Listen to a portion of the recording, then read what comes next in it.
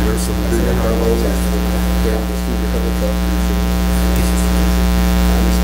I didn't know what doing what you did.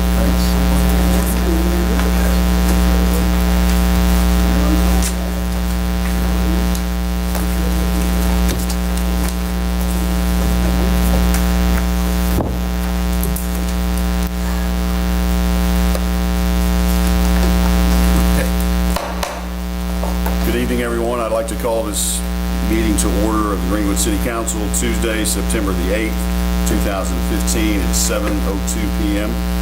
Ms. Derry, would you call the roll, please? Casey Brown. Here. Willie Johnson. Here. Rod Powell. Here. Daniel Cameron. Here. Tim Terry. Here. Lance Terry. Harrison Warren. Thank you. If you would please stand, and our prayer will be led by the Reverend Corey Kinslow this evening, followed by our Pledge of Allegiance by Richard McKinney. Let's pray. Dear Lord, we thank you for this day. Thank you for the city council that's represented here. We ask that you would guide them in their decisions, guide them in everything they do, your peace and wisdom. Help us, dear Lord, as we recognize some veterans this evening. We ask that you would be with the veterans and the family. We thank you, dear Lord, for what they do, what they've done, what the military continues to do for our country. We ask that you would be with our police officers and our firefighters, as well as our EMS, those who help us do work. We ask that you would be with them, keep them safe and healthy, keep them out doing their job and helping us and keeping us safe. We thank you for everything you've done. Amen. Allegiance to the flag of the United States of America and to the republic for which it stands, one nation, under God, indivisible, with liberty and justice for all. Thank you. You may be seated. Before we get too far along, I want to somewhat apologize for the, I'm sweating like a pig, in case anybody hadn't noticed. I'm trying to keep my jacket on to look somewhat professional, and I know that statement wasn't very professional, but when we came in a little while ago, it was about 80 degrees, and thanks to my intelligence, I called upon anybody else in the audience that did anything about thermostat, and no one got up.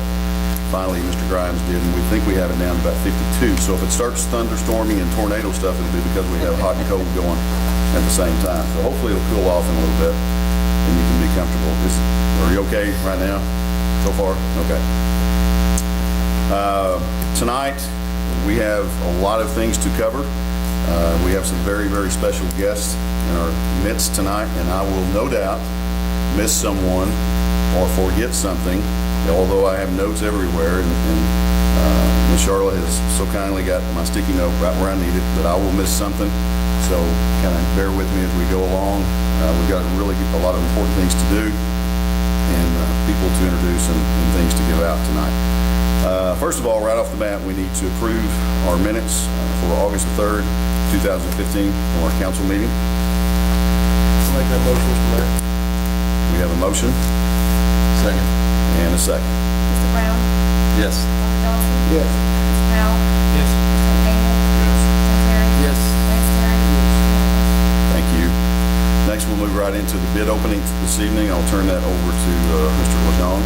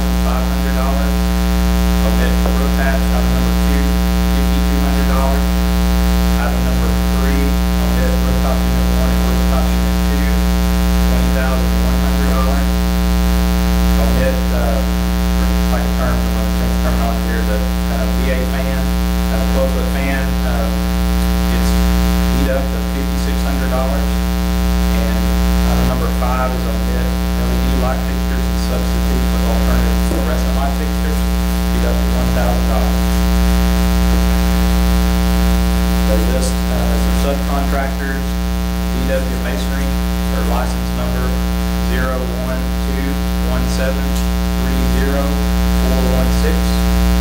Roofing and sheet metal, Shears Construction, license number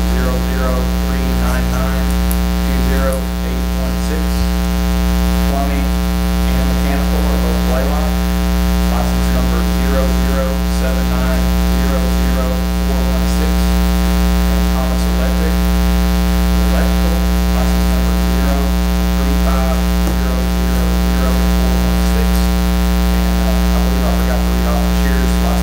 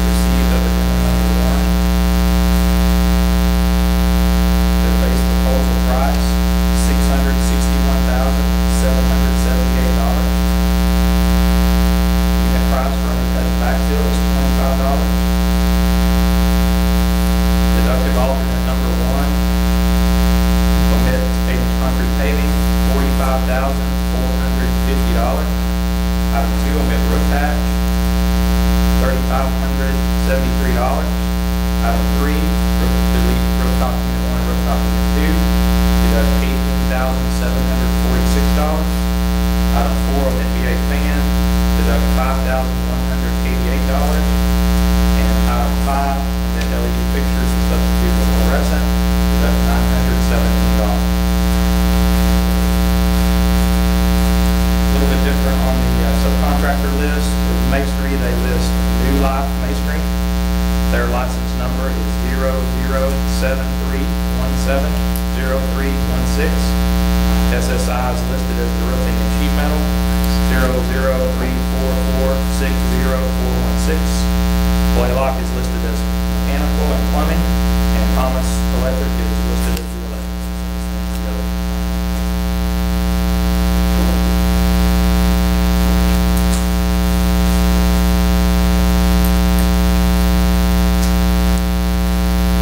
Next is Crawford Construction.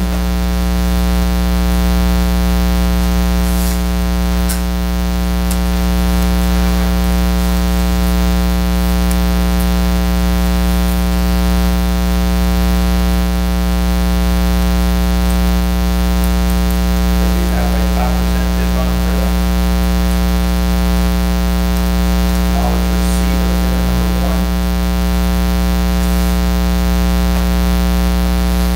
The contractor license number is 0012410216.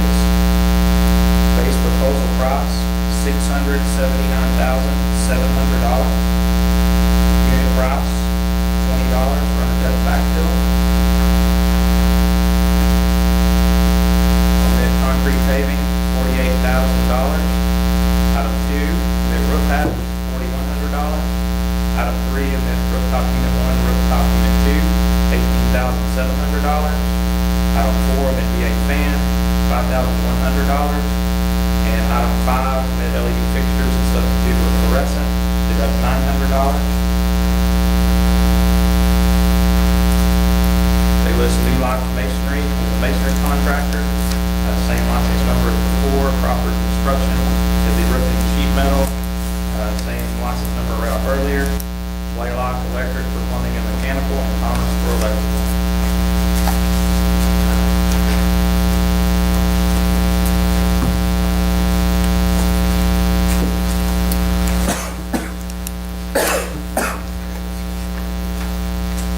Next bid is Turnkey Construction Management.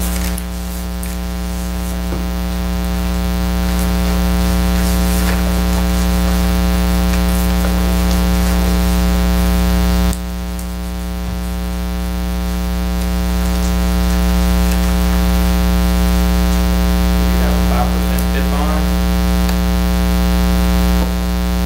Knowledge receipt of addendum number 1. Their contractor license number is 01863104116. The base proposal price is $661,281. Unit price for undercut backfill is $18. Deductive alternates, item 1, omit concrete paving, $42,532. Item 2, omit roof patch, $2,650. Item 3, omit rooftop unit 1 and rooftop unit 2, deduct $15,381.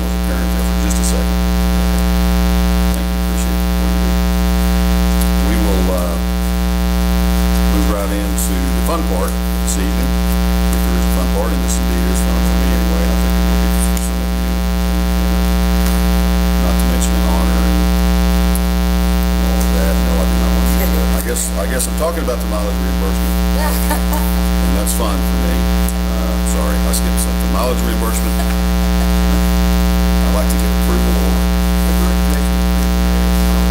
Second. See how fun that was? Thank you. Brown. Yes. Powell. Yes. Thank you. I'm just excited about getting to the fun stuff. Sorry.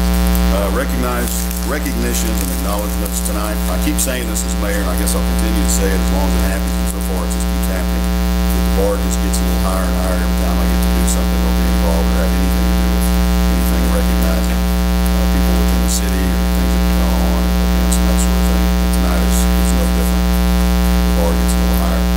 First one, I'd like Chief Brian to step forward, if you will. I think he has a presentation to make. Of course, if I get myself in that picture, that'll be even more. Chief Brian. Right. Just go tap it on.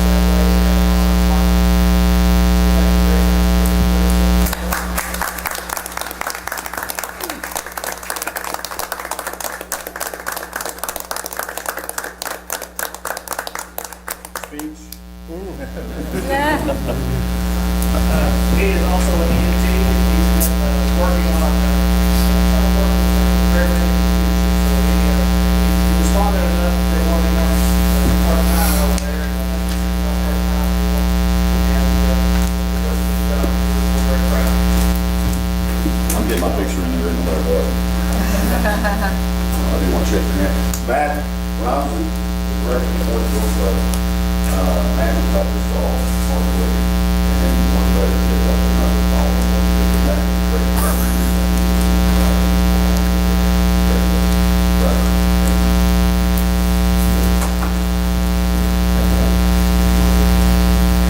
Remember when I threw you out of that game? That didn't happen. Okay, more good stuff. Tonight, again, just beyond honor and privilege, you can't say that enough about this next presentation. This is to two of our veterans that are here this, right, Mr. McKinney, or we have two that are here tonight that are World War II veterans, and wow, just an honor. I'm going to step forward and try to read this. That's it. I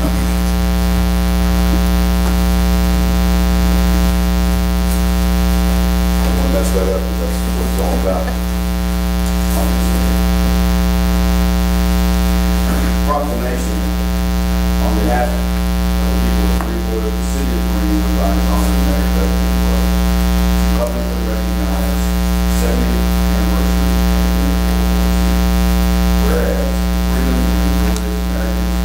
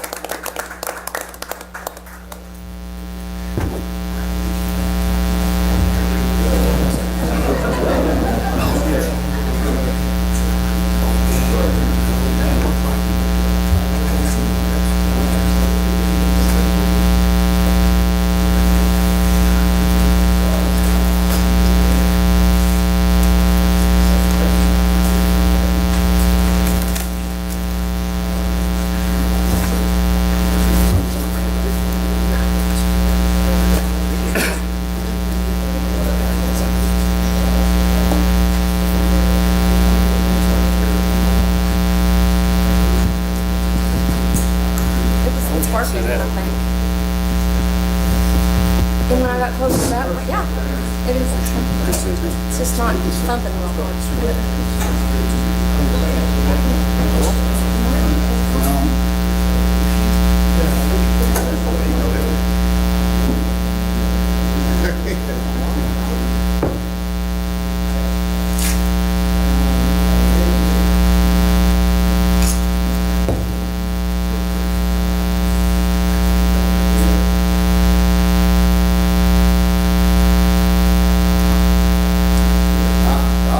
I totally think you're doing better than all this list of done people in there.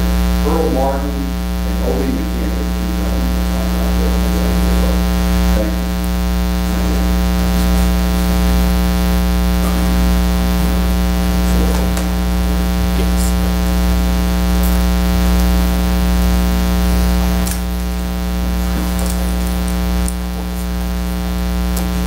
And Richard McKinney is the local knucklehead. No, he's the local commander of our VFW, so, which is, OB is Richard's dad, so. Former city councilman, OB McKinney, that's correct. Okay, I gotta get a hold of myself here, let's see. I have a little something here, a little something. This is something that I started last month, I think, and this will be the second one. This is an award, it's called the Community Enhancement Award, and this is an award that I get to do all by myself, get to pick somebody, and if there's a problem with that, call somebody else.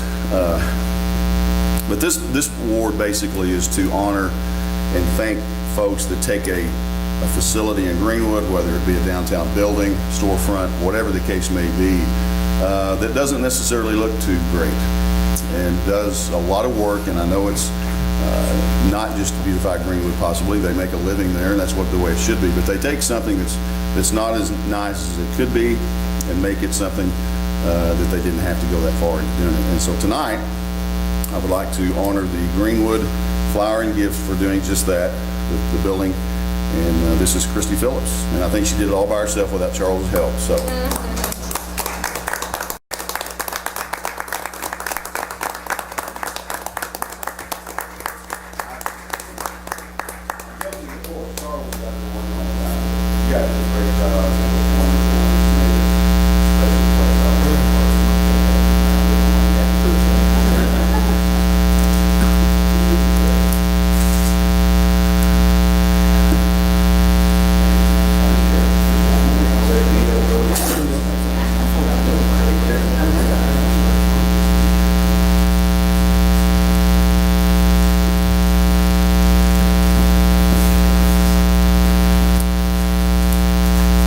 He's not here tonight, so we wanted to spend a lot of time. Brad Hobbs, Lieutenant Brad Hobbs, is celebrating 10 years of service to the city of Greenwood as a police officer. He's not here to get anything. He's probably working. I don't know that for a fact, but you may know him. I'm not sure.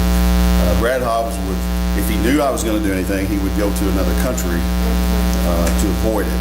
That's just how he is and who he is. But when you see him around town, as he's writing out your ticket, thank him for what he does. I don't know that he writes a lot of tickets. He does a fantastic job. And I don't know. I'm not a judge of police officers. I don't do the hiring. But if ever there was somebody that should be a police officer, it was Brad Hobbs. I mean, he just has that about him. So if I ever get in trouble, I want it to be Brad to come put the cuffs on. I'm not sure that's going to sound good in the paper. He does a great job. And truly, if you do see him, let him know that you appreciate what he does. I think that's all we had for the fun part, so let's get down to the nitty-gritty, if you will. No, I'm not serious. But that was pretty quick. That was funny. It's a test. It was a test, and just for fun, she almost knocked me out of the chair. That looked like a light tap, didn't it? Someone amongst us has done a great feat, has performed a great feat. I mentioned it last month, ever so slightly, and there's mayor can talk all day, it doesn't mean much, but when peers want to be a part of that and want to recognize you and want to make sure that you got recognized, that makes all the difference in the world. So with that being said, I would invite one of our very special guests to the podium. Did I get you? Was it pretty good? Well, yeah, I just think Oh, it was about them. Oh, yeah, whatever. This is, well, you can introduce yourself, but if you don't mind, and two very special guests. Good evening. I am Sherry Gar. I am the superintendent of Portsmouth, but I also serve as the president of the Arkansas City College of Since you are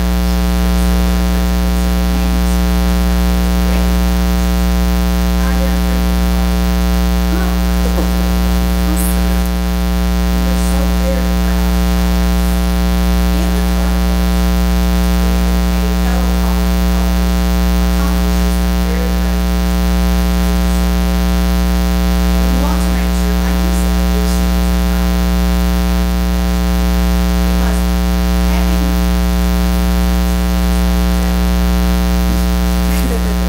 for the international another association. She has a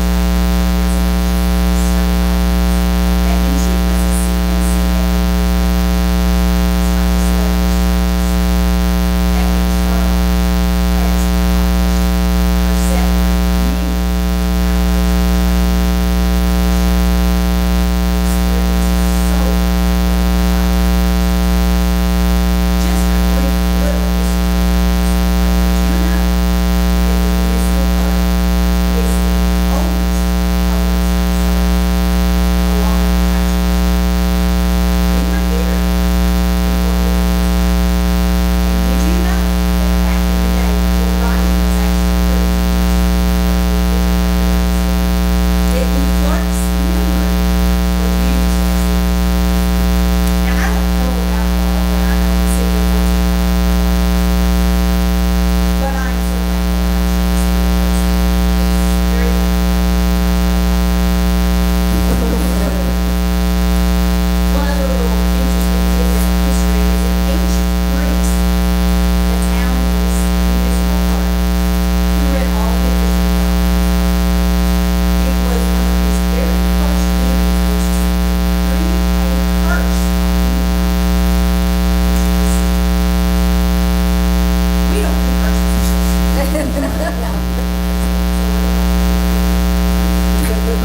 But anyway, I wanted to read this little something. He is a political scientist who wrote one of the first textbooks on municipal administration. No other office in municipal service has so many departments.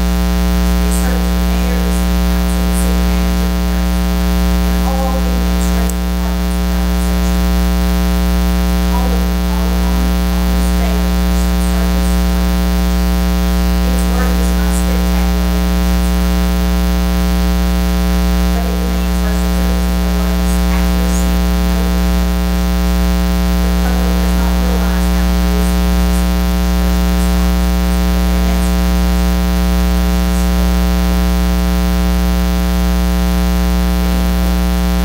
Charlotte, we are so very proud of you.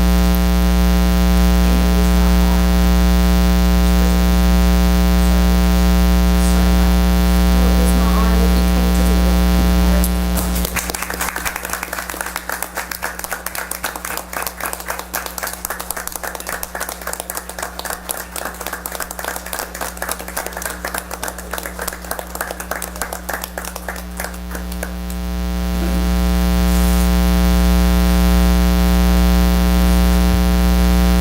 I'm trying real hard not to hog the limelight.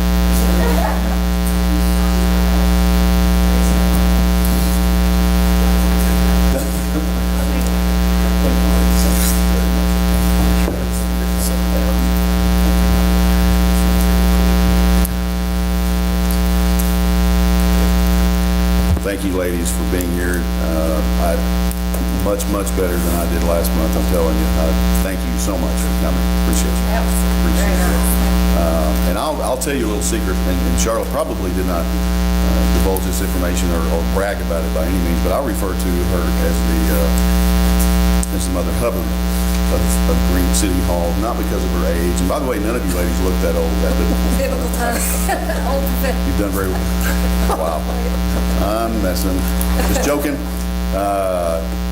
But I do. I go to her daily, and I'm sure she was shaking her head when you mentioned that. I asked quite, and She's been in two different, not just city clerk capacity, she was back in the finance department. I treasure what she knows. I don't always agree. We disagree, and I think that's okay sometimes. But at the end of the day, we can respect each other and respect the position. Thank you so very much for being here. I want to fail to mention Mallory. Miss Mallory is the daughter of Becky. She's a first grade teacher at Mansfield. Pray for her.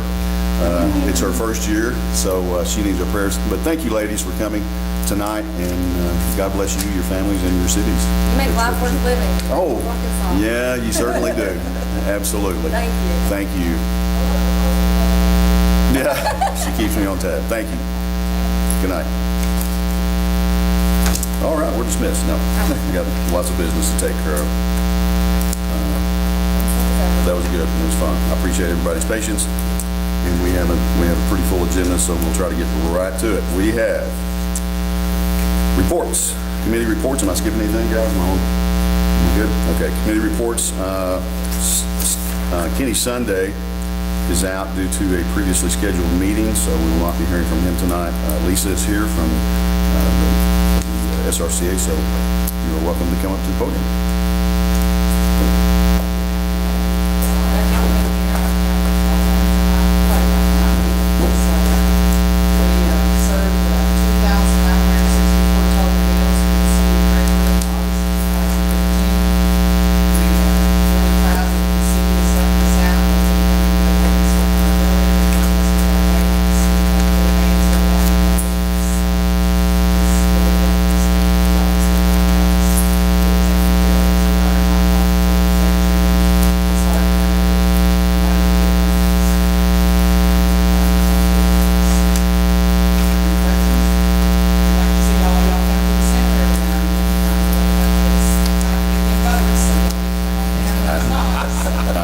That's a good point. I told Lisa today on the phone that, and I'll just tell you what I told her. I try not to have very many secrets, if not a whole lot in my office, but told Lisa that the council might be getting a little antsy. That's the term I use to hear from you, because it's been a while and we know you've been very busy. So in turn, they should come and I'll try to do a little better myself. I've not been over there a while. I stop every single morning. Of course, I just dropped my dad off, and I don't come in. So yes, he would not know what to do without it. That's not a commercial. That's a fact. So appreciate you.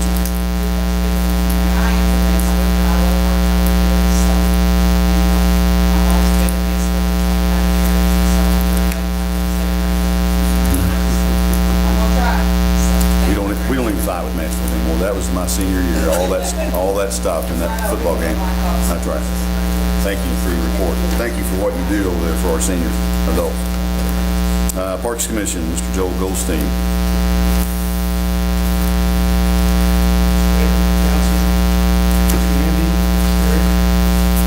Parks Commission met Tuesday, August 18th at the City Hall. Some of the items that were covered was festival, fall festival. All preparations are almost complete. The commission will be voting on renewal of two of its members for the second term. I'll bring those names to you next city council meeting. Where the driveway pavilion has been completed. It's good. The Parks Department is continuing the need of park equipment and ICDs. Some complaints and the discussions are still going on in the dog park. The playground equipment at Fairhaven Cove, figure approximately $5,000, and that was presented to Fairhaven Cove, HOA. I think they had $4,000, so let's give them once more. Legal, Scout Park is complete. We want to thank Paul Mackey for getting all that work. Vicky? Like the mouse. Good job. Richard McKinney is working on getting some easements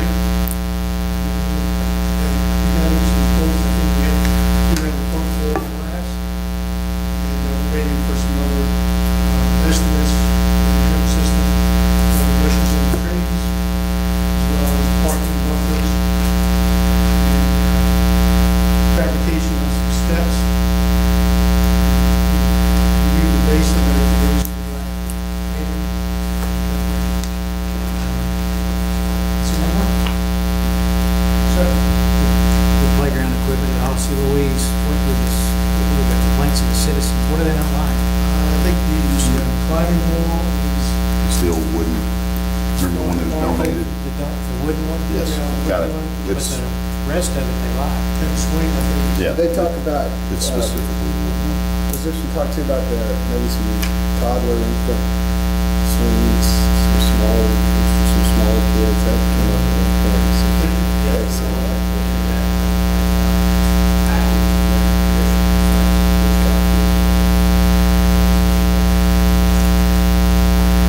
questions? Trip 54 wants to camp out down at the lake this weekend, work on the trail. Is there any problems with that? We'll camp out by the pavilion. Right, we'll go camping out by the new pavilion, Zach Egglesdorfer built, and working on the trails all day Saturday. Progressive Trails was going to come down again, right? Have they come yet? And give us an update on that, or?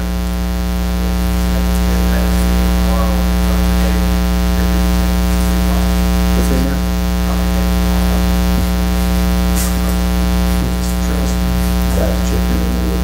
Any other questions?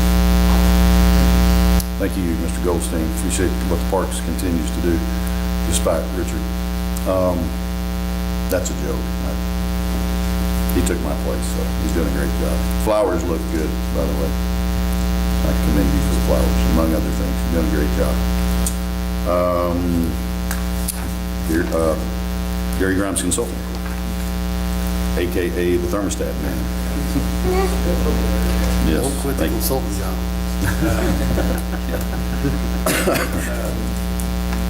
Mayor and council, revenue tax will meet on the 14th. The presentation that day will be sales tax payments at Senator Fowler, the chair of that.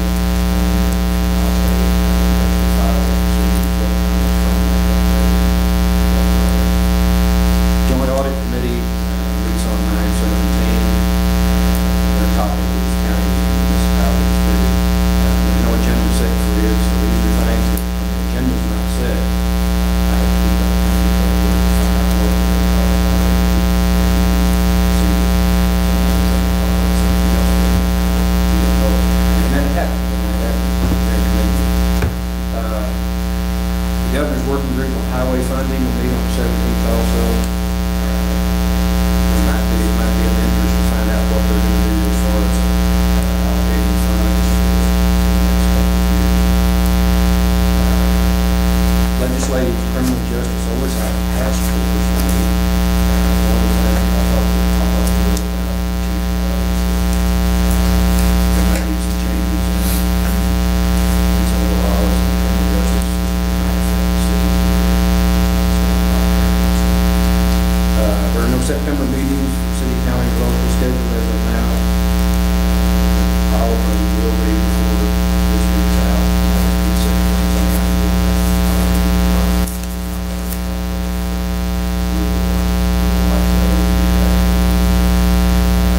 Any questions?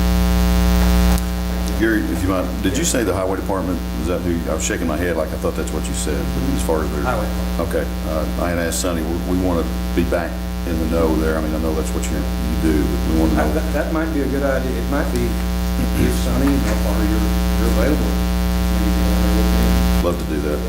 We want to know where we are. It's an interesting meeting because every county and every municipality, of course, sends their representative. Right. But a lot send their representative there. And When is that? that will be on the 17th. This, okay. This month. Okay. We'll try to make that if we can. I'd just like to get it where we are in the scale of things. I'll find out a little more about the agenda. Okay. So that way we Okay. have And I'll not do any jokes. I know they won't call me, so. Yeah. Thank you. Thanks, Gary. Appreciate what you do. Michael Lejeune, MAHG. Mayor and council, good news this month. They are putting together the last load of furniture right now at the station. They were going to stay there and work this evening until all the pieces of furniture were complete. So tomorrow morning, Will and his men have programmed to take over the building and start putting all their equipment.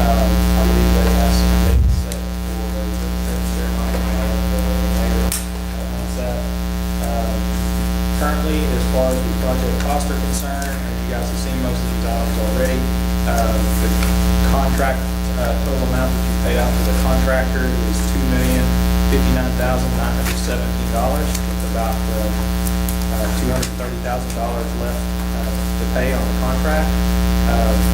Last month, you approved the highlighted or the non-highlighted change orders, but these last two change order items came about this past month.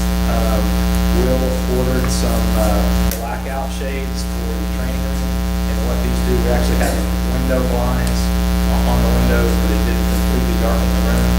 So we ordered some blackout shades that mount on the interior side, but on the wall surface, and cover the wall by 3 or 4 inches, so it'll totally dark out that room. And then change order number 35 was actually a deletion.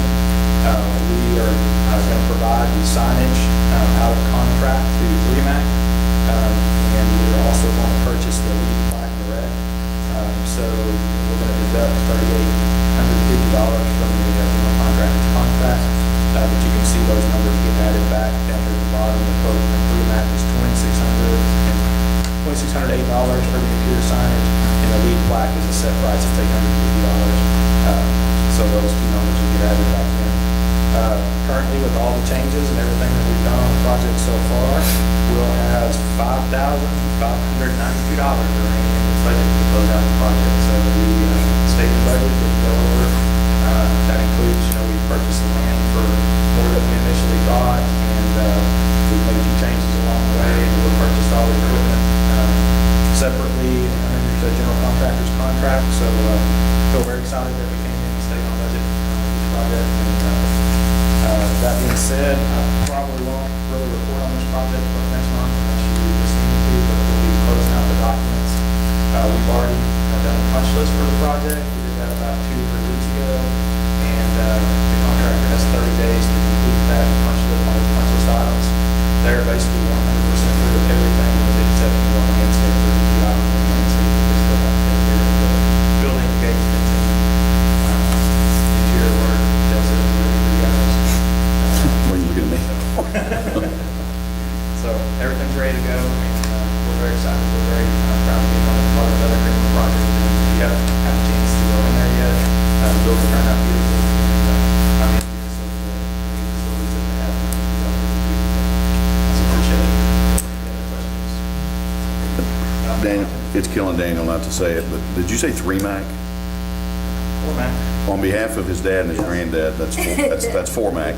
Just, It is Formax. and I thought maybe they had gone smaller with their sign. I don't know what. No, I did. That was an error on my part. It's just, we like to point out things. lost one. Yeah.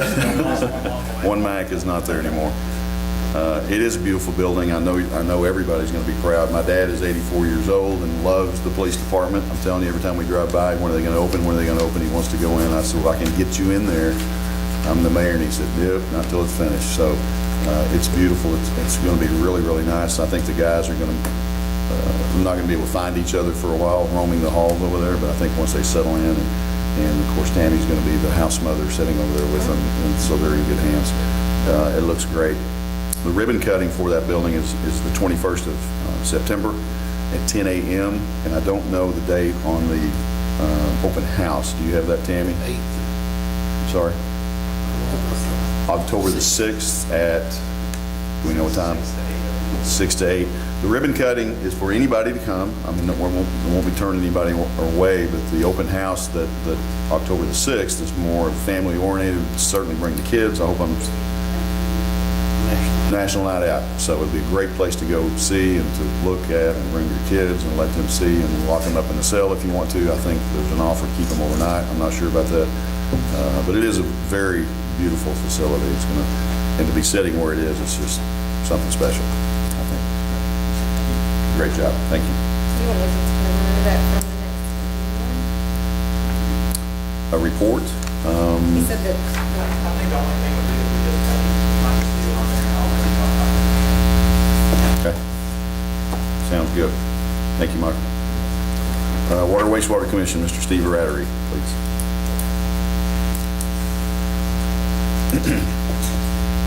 Mayor, Council, Mr. Gary, Manager. Water Wastewater Commission met on August the 27th City Hall.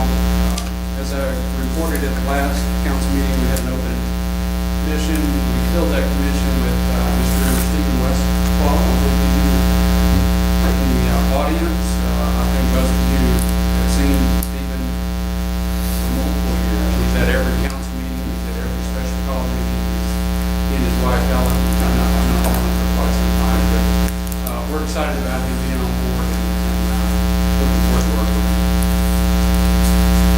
Just a couple of things that we've been working on. Meadowbrook lift station is complete. I think I may have talked about that at the last meeting, that they were finishing up.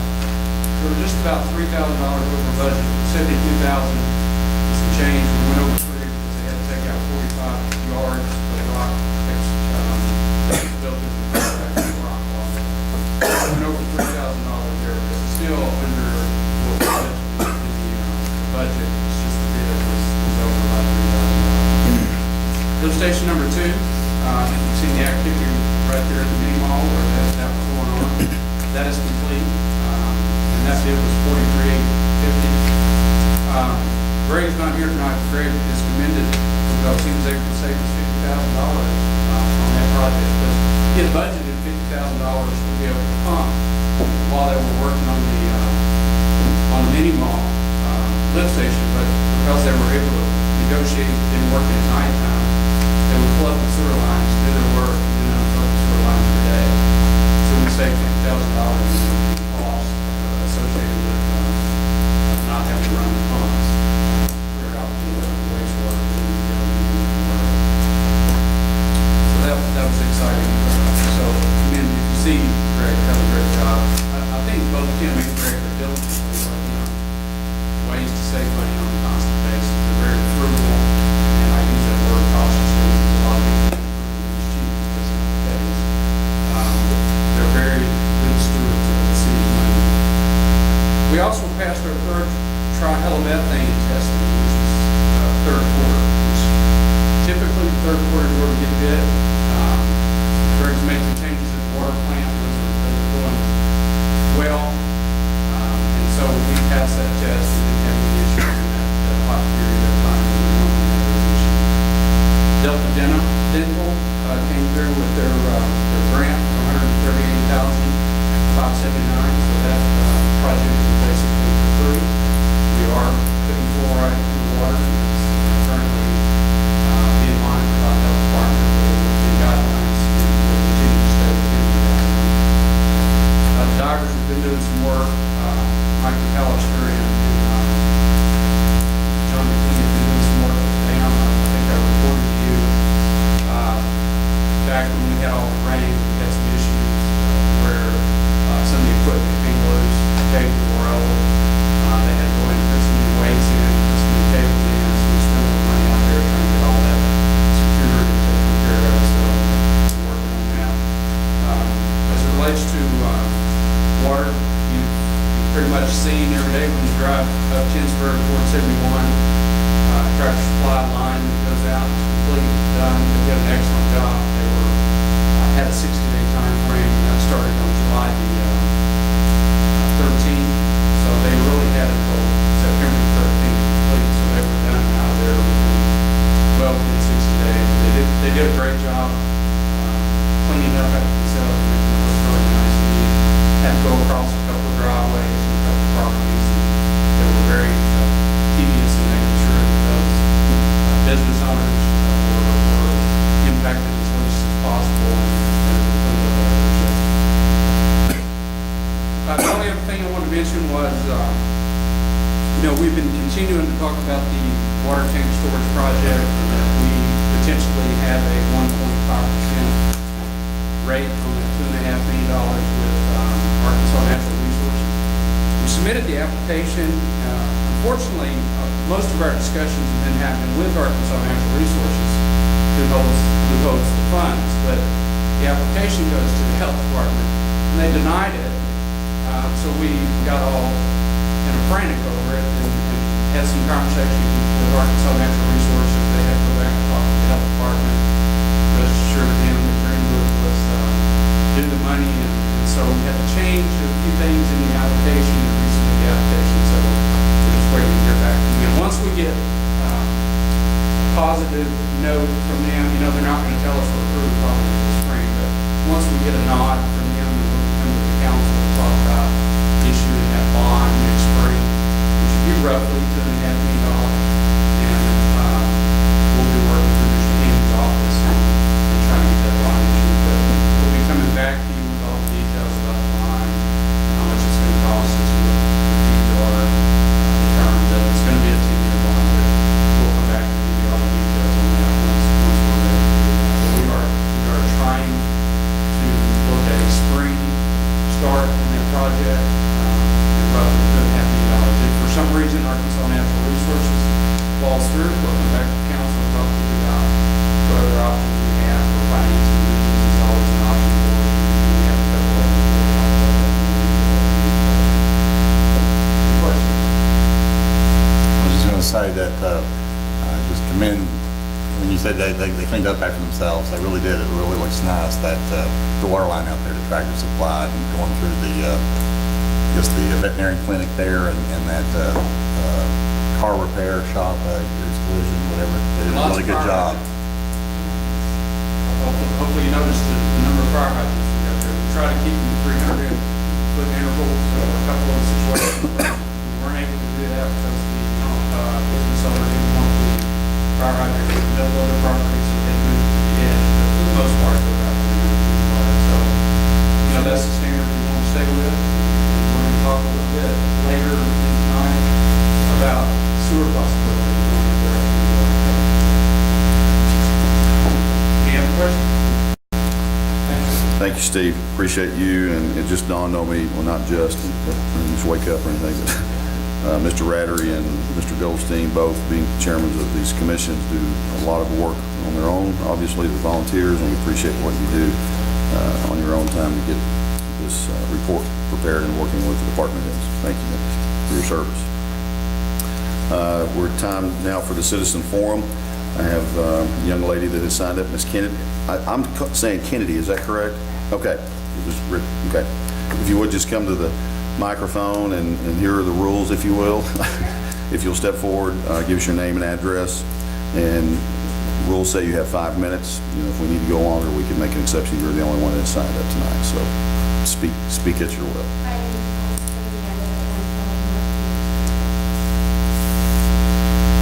Go right into it. Yes, ma'am.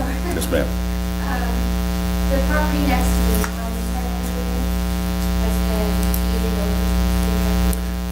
Not yet. Not yet, but kudos to whoever was diligent, how that they can care about that. It's great. But, so the proposal is there may be a park there. I don't think that's good. I just don't want a park next to my house. As all of you know, it's traffic and people and kids and dogs and late night people. I just don't want to make sure you're all new or opposed to it. If I may, and I'm gonna take part of your time, not to be, no, you'll have all the time you need. I want to tell the council, and Mr. Hamby will, and if he wants to address it now, that's fine, or later, I'm not sure how he wants to do this, but we have not received the legal paperwork on that particular lot yet. If you're not aware, is it 108 Main? That sound right? Whoever knows better than I do. 108 Main. This is the house that is directly beside Greenwood, or not Greenwood, sorry, Vintage Vase Flower Shop on Main Street. This is a house that for many, many years, and not my doing, I mean, I've since just been in office 1 year, and I've been trying very hard working with Sonny Bell. Sonny's worked a lot harder and longer than I have at it to get in touch with the owner of that house and somehow get it taken down. It's beyond repair. If you looked inside, I refer to it as poltergeist. I'm not sure that's the best way to do it. And I think you agree with me. It's really, really horrible. It's health issues. There's lots and lots of things for it to come down. And as you said, I think you're anxious and glad to see that happen. And I'll turn it over to Mr. Hamby. But so the council knows what we're talking about. And real quick, as soon as I heard, I was ready to go drive a dozer, and I don't drive a dozer, so that's not a good thing to do for me on Main Street. But we've got to wait on legal paperwork, make sure that it is ours. And as soon as it was talked about within the presence of Parks Director, with some other people, everybody's, parking lot, park, lots of things, lots of ideas. And Ms. Kennedy was so gracious to come to my office, and we visited for a little while on this, and I encouraged her to come and let the council know how she felt, because I think that's important to know how neighbors feel of anything possibly coming in, and that's all it is right now, it's possibility. It's just talk. So I'd like Mr. Hamby explain the legalities of the property. I have visited with this young lady for at least 3 years, I believe, and I think Sonny and I have taken our share of Joseph of what for is over the telephone. But I was finally able to persuade her to go talk to an attorney, which contacted me about 2.5 weeks ago, and I indicated to her that we could do it the easy way or the hard way, and I explained to her that the easy way would be if she would just deed the property over to us. We would forego any sanctions against her, and the attorney indicated that that was what she desired to do, and she's putting together a proposed deed to the city. Supposed to be forwarding that to me. I have not received it as of today, but I will double check on it later this week and see where we are on it, and I will be presenting that to you next month for acceptance. And then it'll be our property to do with as we need to get it cleaned up and whatever you want to do with it in the future. But I'm 99.9% sure it's happening. And I hate to... The city's in charge of taking down the house. If it becomes our property, it's our problem. But we're not getting anywhere trying to get the owner to address it and have it for 3 years. So Didn't want you to stand there any longer than you had to, but the council needed to know. That's okay. There has been a Survey. survey. Yes. Do you know where the property owner is? Did they put the stakes in? Okay. That might be something. okay, I'll be more than happy to. Partner, not a property, but a building. Partner, not a property. Yeah. I advised, for council's sake and Mr. Hamby's sake also, I asked Mr. Bell to inquire and to get a survey done, and he did that through Mr. Brixey, Brixey's company, and I haven't been over to see the stakes. We came by the day they were digging and hadn't found anything, so I'm assuming they came back and placed the stakes, so. Oh, did they? Okay. But yeah, we wanted to know exactly what we were even looking at before we made any moves at all, so. Oh, It's there still. okay. Flags are not. Okay. Anyway, so I look forward to, speaking to you and letting you know after the phone call. Sure.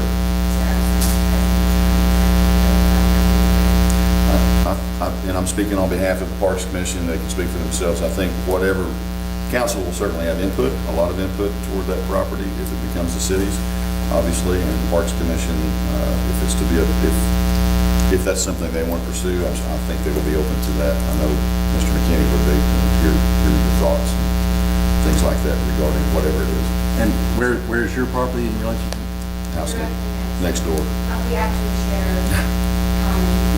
So did that end up in the middle? No? We're over on my side. Okay. I just recognize you. I know who you are. How are you? Good to see you. Yeah, so we have a little more of the building on our side of the property than on that side of the Okay. property, but, Okay, and it's the garage, just speaking of. But yeah, I'm exactly next door. So you're at 110 Main Street? They're one of 112. Anyway.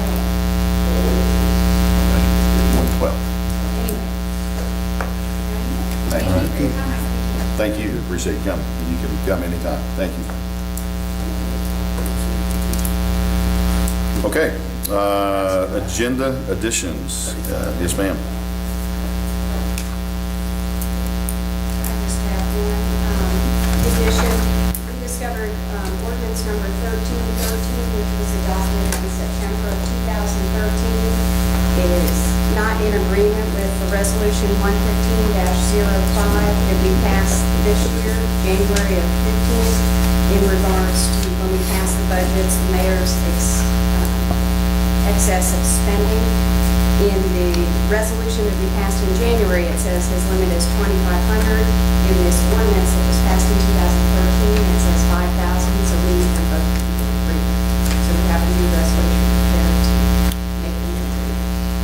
add that as number 11 on the new business.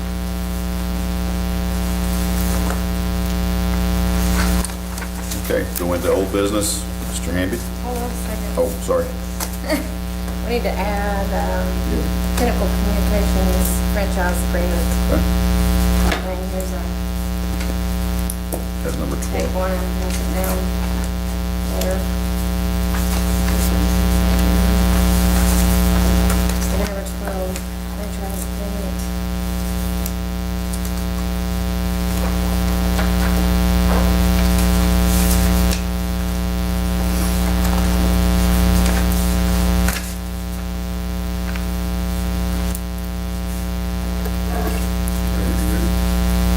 Yes, I'm sorry. On old business number 1, this is the third and final reading for the AMP Commission amendment to ordinance 07-15. I recommend that we put it on for third and final reading. Make that motion. Second. By title only.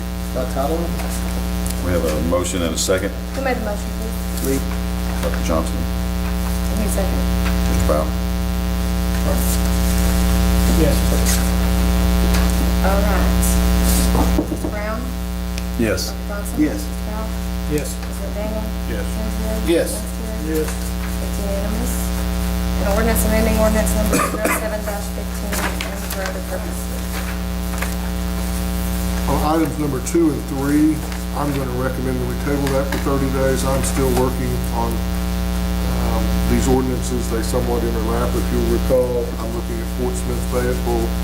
I've had some input as recent as last week from the Arkansas Democrat Gazette on some of the language we have in there. So I will have you a couple of ordinances to look at in your packet next month. So I would request that we table. Make a motion we table items 2 and 3 under old business. Second. A motion and a second. Mr. Brown? Yes. Dr. Johnson? Yes. Mr. Powell? Yes. Secretary, or Mr. McDaniel? Yes. Secretary? Yes. Lance Terry? Yes. I got a question real quick. On C, the following are exemptions. And the way I read it, the school, baseball, SSCYO, Boy Scouts, Girl Scouts will all be exempt in that item 7. Yes. That's the way I read it. Okay, so I don't have to worry about Boys and Girls Club not being able to sell candy bars, the Girl Scouts can't sell cookies. Right. We're gonna cover it right there. That's right. That's the intent. Okay. Item number 4 is the prohibiting tile onto non-dedicated sewer lines. This is something that Greg and I had discussed. He wasn't here last month either, but this is something that he has recommended to me so we don't run into another Shirley Walters issue with the sewer line that we had. So I'm going to recommend we put it on for second reading by title only. I'll make a motion to put it on for second reading by title only. Second. A motion and a second. Mr. Brown? Yes. Dr. Johnson? Yes. Mr. Powell? Yes. Mr. McDaniel? Yes. Secretary? Yes. An ordinance regulating tile lines to private sewer lines within the city limits of the city of Greenwood and for other purposes. Item number 5 is an ordinance that the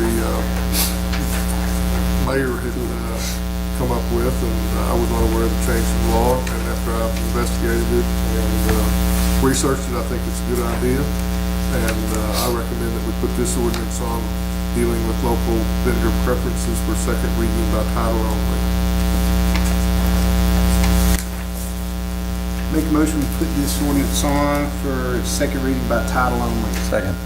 Have a motion and a second. Mr. Brown? Yes. Dr. Johnson? Yes. Mr. Powell? Yes. Mr. McDaniel? Yes. Secretary? Yes. Secretary? Yes. It's unanimous. An ordinance to amend the purchasing rules and regulations for the city of Greenwood, Arkansas, and to provide for a local vendor preference. I got a question. Is this one, have you, who made it up? This is, well, You did? basically, I didn't I make, know what it is. I'd like to say I made it up, but I didn't. Is it, are we copying this off of this week's little cut and paste? or- Yes, that's It's what- basically from the statute. Yep. Okay, it's from the statute, okay. That's all. That's all I'm playing. So yes, I did make it up.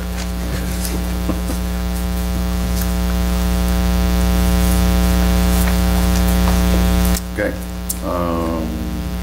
We get through that? Yes. Okay. New business. I do not have ordinance, resolution, or anything as such for this. I just basically wanted to open up for brief discussion, or however long you wanted to discuss it tonight. And it's maybe worded a little bit, well, it's not worded wrong for sure, but basically it's waiving, the possibility of waiving permit fees and tap fees for city projects and new large business construction.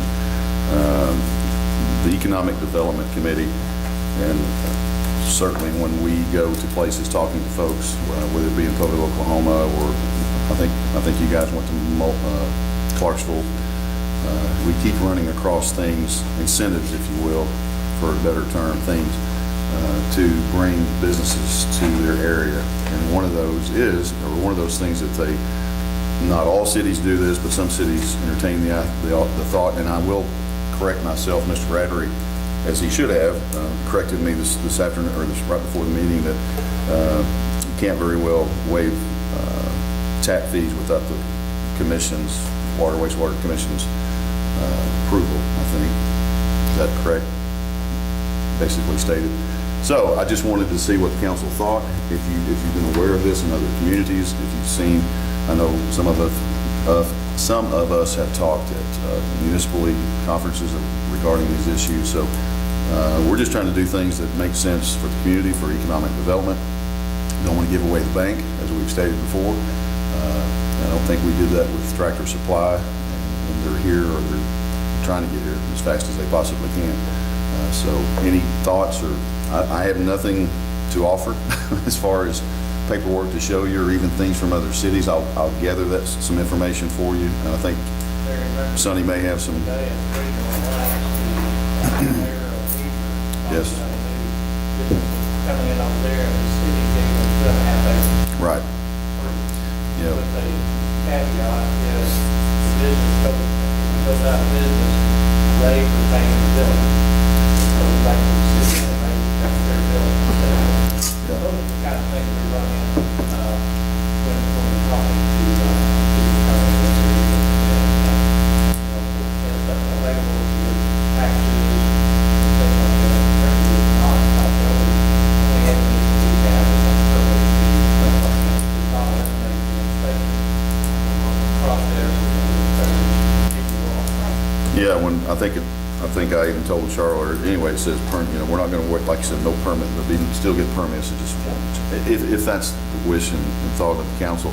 And I mentioned Poto. Poto goes as far as, and we're not Poto, I understand that, but they've built buildings themselves and have them empty, and here's a building for you, and here's what can we work for you, and the land, we don't have, the city doesn't own a lot of property other than what we already need. So we might have a new, I'm not sure this lady would appreciate a factory being built next to her house that just left a few minutes ago. But I guess just want to open up discussion. Want to make sure and see if we were even headed in the right direction. It doesn't do a lot of good for our Economic Development Committee, who works very hard and meets pretty regularly, to get out there and get these ideas and come back and get excited. But we want to see how the council feels. I know you can't tell me everything you feel tonight, but That's going to be on a case-to-case basis. Right. According to Steve, if we can't waive those without their blessing, then that has to go before them, so. Well, and I think too, you get a company like Tractor Supply Company or Walgreens or McDonald's, or those are big corporations. They're used to paying tap fees. I mean, why would we waive their tap fee? That's not a make or break deal for them, man. Let's come in and charge them their tap fee. But, right, because that's what they do. They're used to going, but if you get a small business owner somewhere who's looking at going to building something here versus Hackett versus Mansfield, and we can go to them and say, hey, one of the things we can do for you is waiving the tap fee, then I think, that's something the Water Commission, I'm sure, would entertain on a case-to-case basis, depending on, the situation. That's something I would support and hope that they would entertain based on the situation. But I don't think. no, I don't think a general. I don't know that you make an ordinance or some not sort even. in fact, I think you're probably better off not having it. It's going to be to the extent of their water usage and the whole 9 yards, Yeah. something like that too.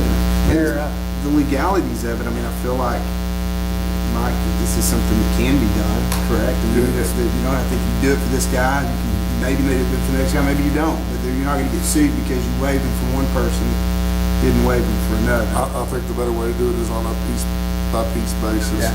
Rather than just having a blanket ordinance. But I think it's something that the. So, yeah, so Sonny, if you get out there and find some folks that you think it's a tipping point or something that might help recruit them, I'd say, Pitch it. The only thing that I can see is the advantage of ordinance and one without it doesn't do it. But if somebody comes to us through the economic development committee, so you know, we'd like to fund it, we'd like to be able to decide, okay, here's the package we give you, and then report to the council, here's what we've done. That would be a case-by-case. The council would still be In in. other words, we wouldn't have to tell them, well, we got to wait till we meet the council next month to approve it. Yeah, I think you I can don't like still, the fact that we're going to say we can let the economic development go out there and make deals without us knowing about it. people that are, right, people that are, you know, going to invest a lot of money, 15 days or 30 days is not a big deal.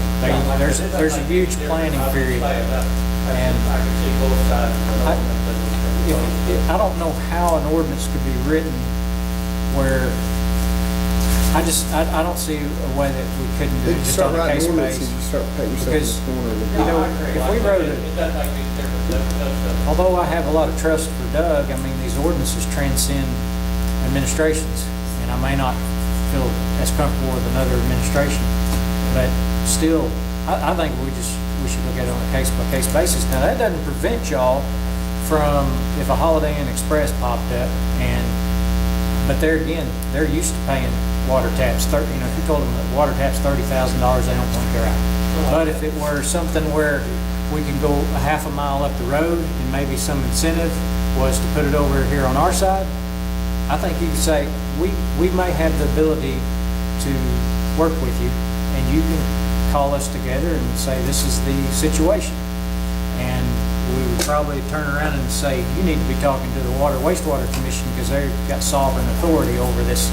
Yes, they pay part of the water system and all that. Sure. That's kind of a deal that's put together, again. But I think the economic development committee will also with the council. So if we make a decision then we felt like we're good to Greenwood, y'all will back us up. Well, I think so. I think y'all can present it. But this is a possibility. What if we created a resolution that said the council supports the economic development of the community for desirable businesses, et cetera, and we kind of made that resolution a bullet point list of this is what we would like to see from the economic development committee before you bring that to us. When you bring that to us, you need to have done this, and these things that we're going to want to know. And that may be, you need to have gotten approval from the water committee or whomever, and, give us an opportunity to look at it. 'Cause, I think we should do anything we can to promote. You write that resolution, I think you're on the right track. And write it for us. Amy's very busy. Yeah. Sonny, maybe you can look and see if any other municipalities have a resolution to just, even if it's just a declaration of support for the Economic Development Committee, something you can, that maybe has some possibilities of things that we might be able to do for a business, and that the council supports that. Sure. On these other parcels, some of one of them sold, the mountain that delivered over there to Holland, that property is going to be an ideal place for commercial development. And, that's what he's waiting. And so we've got some things that you're moving. Like I said, I feel comfortable with whatever we did, the council is backing us up. And that's exactly what I was looking for, something just to say, hey, go forth and. Without being specific Yeah. that it's a water tap. or and not a whatever. law, We don't yeah. know what we can offer. Support, 6 support months. incentives to bring, Yep. When you businesses. get into water taps and sewer taps, the Water and Sewer Commission, they've developed, they're looking for a cost payout on some of their investment, and we don't know what that is. I mean, they've got that figured in, and we We certainly. may give them a vacant lot on Main Street. There we, yeah, I think you'd have to deal with Miss Kennedy there, but Mr. Rattery had his hand up, Michael, and I'll get you in just a second. I think what I heard was it's a case-by-case basis, and I totally agree with that. But, you know, if you've got a line in the ground already, it's a lot easier to make that decision because you already invested that money and recovered hopefully from it. But we just spent $250,000 putting this line in up to the Tractor Supply, and we've got 30 to 35,000 sitting in escrow that they're going to give us at the end of this deal. That's basically what we're calling their water tap. You can look at it how you want to look at it, but we're trying to recover that cost. So it really does need to be a case-by-case basis. You know, when we put that kind of money in the ground, we're not going to get it back on $50 to $100 water bill. You're just not doing another ground investment. But if we can get the sharing through the tap, which they're more than willing to do. Tractor Supply didn't even blink an eye at that. They just, absolutely, yeah, whatever, that sounds great to us. They were excited to do it. So I do think it's case by case. It's a lot easier to do it with a pipe running in the ground and not have to spend the money to put it in. But the commission would be open to suggestions and ideas. I mean, we're here to work with you guys. We're not here to cause conflict. We want to work with everyone to make sure that we're trying to do the right thing for the council, because ultimately the council is going to be responsible anyway. Being like that, dissolve the commission is just quickly created. But, you know, our job is to try to be good stewards of the money and try to make the best decision and get a return on the investment that we make. That's what we're going to do. That's where my take is on it. I see some ways where economic development happens, it seems like all of a sudden when there are pipes or infrastructure in the ground, and all of a sudden, you know, it becomes far more interesting to, you know, businesses, or I even see where, you know, Bell Road wants to extend the sewer over there. All of a sudden, what we're into lots, all of a sudden, you know, have houses on them and stuff. So to me, that's, you know, where I'm certainly open to as far as, you know, the economic development. And I mean, I support economic development, but I would also support, you know, trying to work with the water, wastewater commission, you know, as far as, you know, looking at where there's areas where we could, you know, extend, you know, water and sewer. We're also sensitive to the fact that if someone is interested and they've decided they're going to pack up and go somewhere else, then we need to come talk. You know, we're not going to do that part of it about it, but we realize, you know, we may lose an opportunity, just like the Tractor Supply. There's no way we're going to lose an opportunity. But they understood that that's the way to do business. You have to pay those fees up front. They need to have to come into it, so that's pretty easy for them. It's going to be a Thank you. Michael, did you want to follow up? I just want to say that our committee is meeting on September 19th, so we'll be something that we'll be talking about during that time period. We're having a half-day workday, trying to brainstorm on a lot of these different ideas. And I guess I'll kind of follow up on what Steve said, is that in these meetings that we set through and people that we went and talked to, infrastructure is what gets people there, that's available, but your revenue comes from taxes. You're not going to be able to pay for the pipelines and sewer lines and gas lines that are getting out there based on the fees you're collecting just on those. So your big pie in the sky is actually how many people are going to do business there and the revenues coming back into your city. So you have to think about it in the big picture. While this thing may be costing you a little bit more upfront, the return is on the other end. So I just want to keep that in mind when we talk about giving things away or offering things up to different people coming in. But something that we say we're giving away or not charging a fee for would be very beneficial for us in the long run. I promise you, it's like our spots coming in, the other businesses coming in, we're going to be down the doors for people that use the business with them. That's in the long run. That's ultimately what we're looking for. So, thank you. Thank you.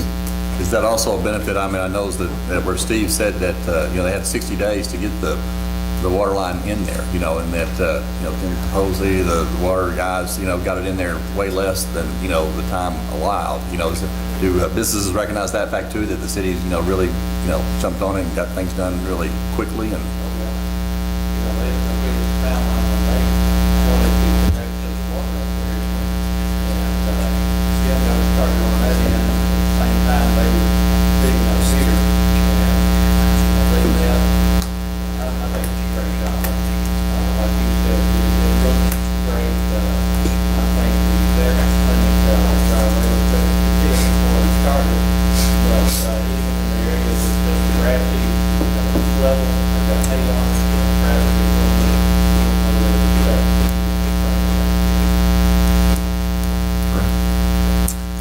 So, sound like someone's gonna write a resolution. Like Daniel. Well, let's no, so let's just wait and have this economic development Yeah, bill on the night. we're having See what comes out of that. We're having a lock-in at the new Yeah, we'll police see what comes out department. of that. About the economic development committee. We can, I agree with you. that'll work.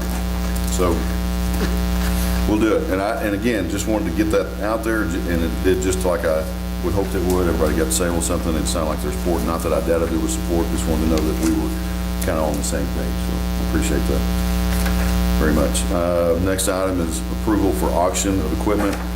I was approached by a couple of department heads over the last whatever months or so that we were getting more stuff and not a lot of places to put it. Some of it was almost in danger of flowing down the creek, literally.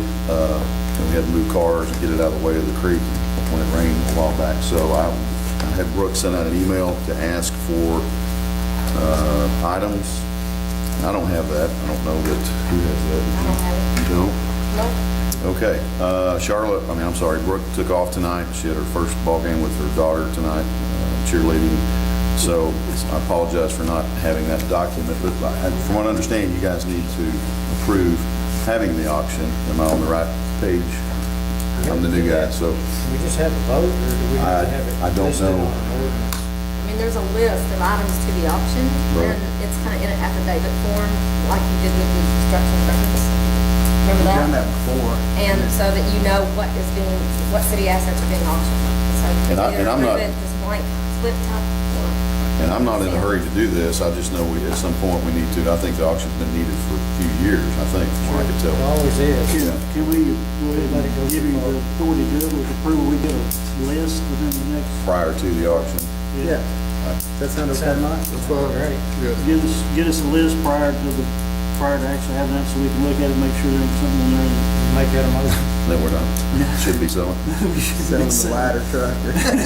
Yeah, I did have a sticker on that, and Stuart made me take it off. So, does somebody? I'll second Lance's motion. Okay. We have a motion and a second. Is that motion there? Yeah, that was, yeah. Okay. Okay, the motion is to approve the auction of equipment pending Pending list list of prior. items to be auctioned before the auction takes place. Okay. And it's Rob, second? I did believe Sorry. All right, Mr. Brown? Yes. Dr. Johnson? Yes. Mr. Powell? Yes. McDaniel? Yes. Terry? Yes. Lance Terry? Yes. Thank you. Number 8, Finance Department. Our current check signers are the city clerk, treasurer, director of finance, police chief, and police captain, but with the police department now moving outside of the building, Charlie and I discussed it, and kind of feel it'd be better if we had somebody else that was only one police, and keep it the captain, and then add somebody else who would be closer, as an alternate signer. And the suggestion was made for water distribution supervisor. Right in the building. They're like back there. He's not But here, he's in David. this building So multiple Kim- times a day. Make a motion to put this ordinance on for its first reading by title only. Second. I'm sorry, we have a motion first and second. Mr. Brown? Yes. Dr. Johnson? Yes. Mr. Powell? Yes. Mr. McDaniel? Yes. Tim Terry? Yes. Lance Terry? Yes. Unanimous? Why don't you go ahead and do your others? You got like, you know, you just be sitting and get back up, and then go ahead and do, is that okay? She's got the last one and I've the got next 10 and three. 11. Yeah, go ahead and, yeah. Need to read the title? An Yeah. ordinance repealing ordinance 13-01, establishing the signing of checks for the city of Greenwood, Arkansas, and for other purposes. It does have an emergency clause. It does not? Does? Yes, it does. Does. Oh, I didn't think it did. The one I have doesn't have an emergency clause. What the heck does it? Well, what would It be the does. emergency? Just, Mine doesn't have an emergency clause. We're just, they're moving in Section September. 2 does. Oh, it's down at the bottom. It's in section 2. I'm sorry, it wasn't, usually it's up at the top. Do we need to, is that something y'all need? Well, they're moving, so they're wanting to. Well, they could still come over next I don't have any problem in that, doing, if I can remember how to do it, somebody go, say it, do the thing. Well, you Make did a the first motion, wait, reading. second, third I reading. motion we suspend the rules, waive second, third reading Second. of said ordinance. Second. Have first and second. Mr. Brown? Yes. Dr. Johnson? Yes. Mr. Powell? Yes. Mr. Daniel? Yes. Tim Terry? Yes. Lance Terry? Unanimous. Make a motion, we adopt the ordinance. Second. First and second. Mr. Brown? Yes. Dr. Johnson? Yes. Mr. Powell? Yes. Mr. Daniel? Yes. Tim Terry? Yes. Unanimous. Motion we enact emergency clause. Second. Second. Motion in 2 seconds. Mr. Brown? Yes. Dr. Johnson? Yes. Mr. Powell? Yes. Mr. Daniel? Yes. Tim Terry? Yes. Lance Terry? Thank you. And then number 10 is a resolution to pay for the sidewalk enhancement, the sidewalk that leads the parking lot here at City Hall to the trail. That was $1,116.50 to pay for it out of the sidewalk fund. Where is it going? It's already in. Parking From the lot to the parking lot trail. To the trail, so that people can access the trail. I'll make a motion to adopt the resolution. Second. Motion and second. Mr. Brown? Yes. Dr. Johnson? Yes. Mr. Powell? Yes. Mr. Daniel? Yes. Tim Terry? Yes. Lance Terry? Yes. And the next one is the one that I added, ordinance number 1313 states that the mayor can spend up to $5,000 on an unbudgeted item prior to council approval. When we pass the budget, it says that you can only spend $2,500. We'd like to change that $2,500 to $5,000 so that it correlates with the first ordinance 1313.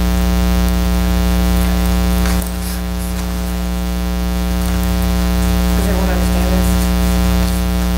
Now, so what we're doing, we're sending the resolution. The resolution that Well, y'all the resolution adopted. adopts the budget, but it also allows him to spend up to $2,500 on a single occurrence without your, And it conflicts with 1313. section one.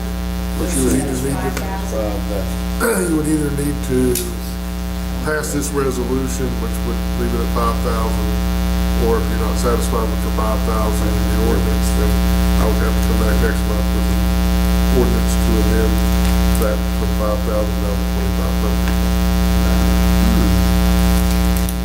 Crossroads. I'll make a motion, we approve the resolution. Second. That's, To the 5,000. Yes. To the 5,000. Change it to 5,000. And I have a correction to make to this. It's got some typos in the ordinance number of that 113-13. It needs to be 13-13. I will make that change. That's okay? We want to be correct, yes? Yes. It's supposed to be 113? No, just 1313. 13. You said it said 113. Yes. I'm not looking at it. That's my own creation. Huh?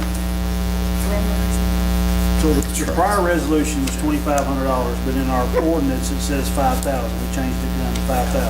So we're just changing the resolution to the 5,000 to match the ordinance. Right. Okay. Yeah, I'll make a motion, we Second. Have a motion and a second. Mr. Brown? Yes. Dr. Johnson? Yes. Mr. Powell? Yes. Mr. Daniel? Yes. Tim Terry? Yes. Lance Terry? Yes. Unanimous. And just for my benefit, for clarification, just to make sure, and I appreciate that, all of that right there, is that one time, one event?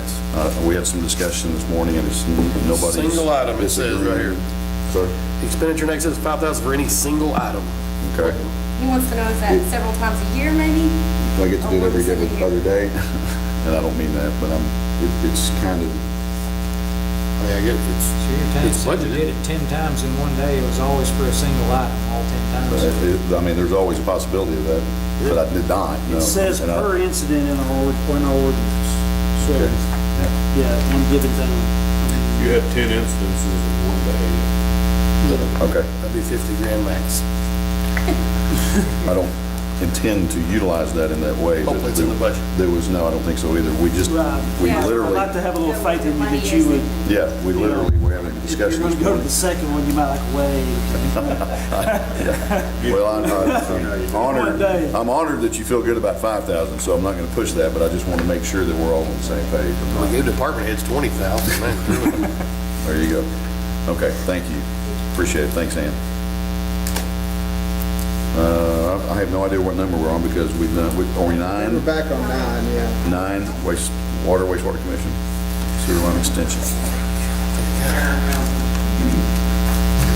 If you guys will recall, there is a sewer line currently just east of Highway 71 to the north of the Walmart parking lot. It's got a manhole there, and when Cornerstone Vet came into the city, they actually paid the sewer line to go from their property to that manhole.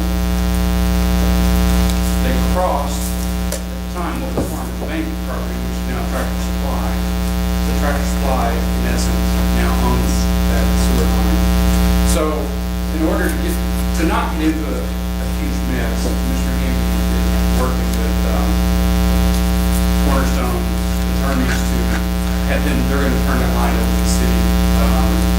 The Tractor Supply is turning their line over to the city. And what we're hoping to do, and that's why I'm here, Kevin's just especially, to go ahead and extend that line east. Hopefully we'll get the access and the easements from Walmart, it's yet to be determined yet, but we're still in the early stages of planning this. We've run east to Liberty, and then all of those properties along that water line with that sewer line.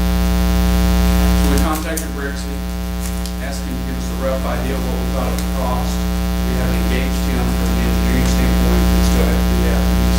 He said somewhere around 75,000, so we're thinking about $75,000 to $100,000 to be able to provide a sewer line from Liberty Drive all the way to the manhole cover, depending on terrain. It's not going to be that simplistic, but depending on the terrain, if we want to fall, we don't want to have to put in a pump station, but it will take us all the way to 71 that way. Every one of those properties along 10 square there that are so important with that new water line across that receiver. So we're looking at about 75,000 to include 4,000 of that in the engineering. We just spent 250 on the water line. This probably is not the best time for us to do the sewer, but we think it's the right time to do it. Because we think for economic development, it's the right thing to do. And that opened up that entire corridor there with the commercial activity. So we're looking to the council to see if you would consider working with us on the $75,000 so that we can get started. You couldn't do all of it, we figure out a way to get a partner on part of it. And if we get started this year, that'd be great. Go ahead and try to get it going, get that sewer line in place, and start selling property to the public. Wanting it out of this year's budget, get started. Okay, so 2016. So could we do partially out of this year's budget, partially out of next year's? I mean, what's the time frame for getting it done? It's gonna take a little bit of time to engineer, it's gonna take a little time for bids, I mean, so we're at least 60 days, possibly 90 before we can even start this thing. So I think we're right into falling into the first of the year. We could hold it off if we needed to, if we got started, we could try to both do. Man, I'm not familiar with what we've got left in general fund. Could we do that? Could we? Hey, Steve, this is crazy here, but you said y'all saved 50,000 on that lift station? Yes. I mean, I'm looking for a partnership. well, I just, Well, I think having that sewer line is important. yeah, I mean, It's something we need to do. And I think we need to do it, I think the timing of it's important. And so, I would be interested in listening to whatever partnership options you can come up with. Yeah, I mean, whether that's a 50-50 split or, 60-30 or 40, whatever. So you want me to put a proposal together and bring it back? Yeah, I would say get with Dan and look at what, and what we could afford maybe out of the general fund. I'm all General fund ought to be, I'm all for this. and I'm all for the partnership.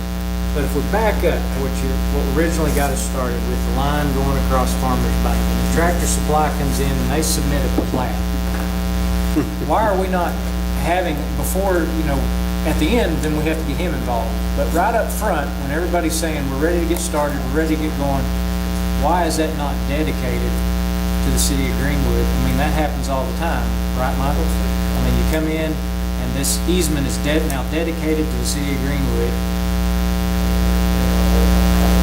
Well, at the time, it was private property. But when Tractor Supply comes in, they submit their plat, they're saying, we're wanting to get started. There's a piece there that I didn't go into, that I was trying to avoid, but. Okay. All right. When Cornerstone Debt negotiated with Farmers Bank, the easement, they forgot to file the easement. So the easement never was filed. So Tractor Supply comes in, they say, oh, great, we already have the sewer line. This is awesome. So there was a little bit of a conflict between Cornerstone and Tractor Supply over that. But even with that, when they submit the plot plan and the plan to the department, the planning department, that's when you go ahead and you grab it and say, you're dedicating this sewer easement to us and everything in it. That would be the time when you do that, and that way we don't get him involved. Why isn't that happening? We wouldn't have had this Walters thing, right? Well, sure, we would have had the Walters thing. I'm trying to prevent more Walters things, and here we've got a project that's going on right now. And I'm saying, why is that not happening? Because somebody like Michael draws it up, and, when it comes to Sonny says, 40 feet is going to be dedicated to the city of Greenwood for a setback. This 10 feet off the back is going to be dedicated for sewer easement. I mean, why is that? This ordinance we're fixing that we put on for the second reading, that ought to fix that Yeah, problem. that'll fix That's that. You have to gonna, it should understand, moving right at the time, forward, this ordinance that's a ought to fix private that. line. Because what the ordinance says is, you can't nobody can tie on to it. Sure. Until it gets dedicated. So if it slips through, we don't know, nobody filed an easement or whatever, this ought to fix that. I'm just saying, there's a point where it's real easy to gain that easement, because they're wanting to get started, they're wanting to get moved forward. And that point is before they tie on. The bottom line is that the easements are a done deal at this point, so it's really not a big deal. And I think this ordinance will fix that problem moving forward. The ordinance will fix it going forward. This is one of those issues that we were trying to make sure we didn't get into, that we just came out of with Walter's property. And we don't know how many more private lines are out there that we're gonna run across, but this ordinance will, Keep us from tying on to it. that's right.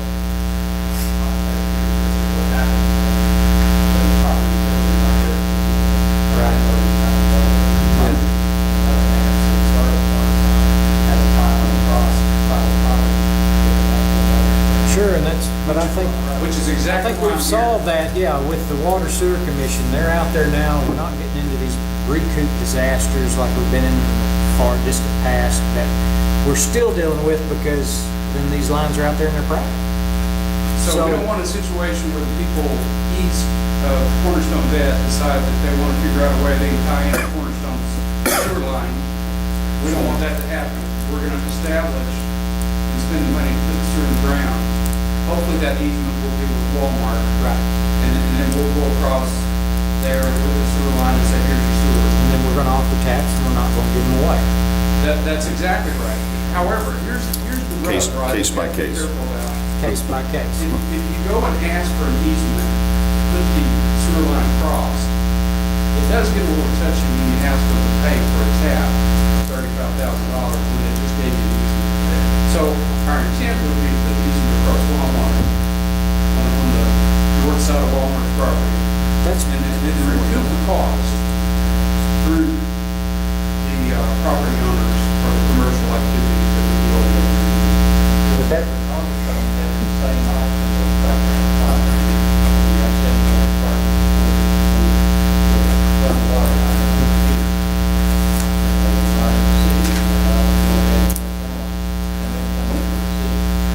We had a really tough time going across that property.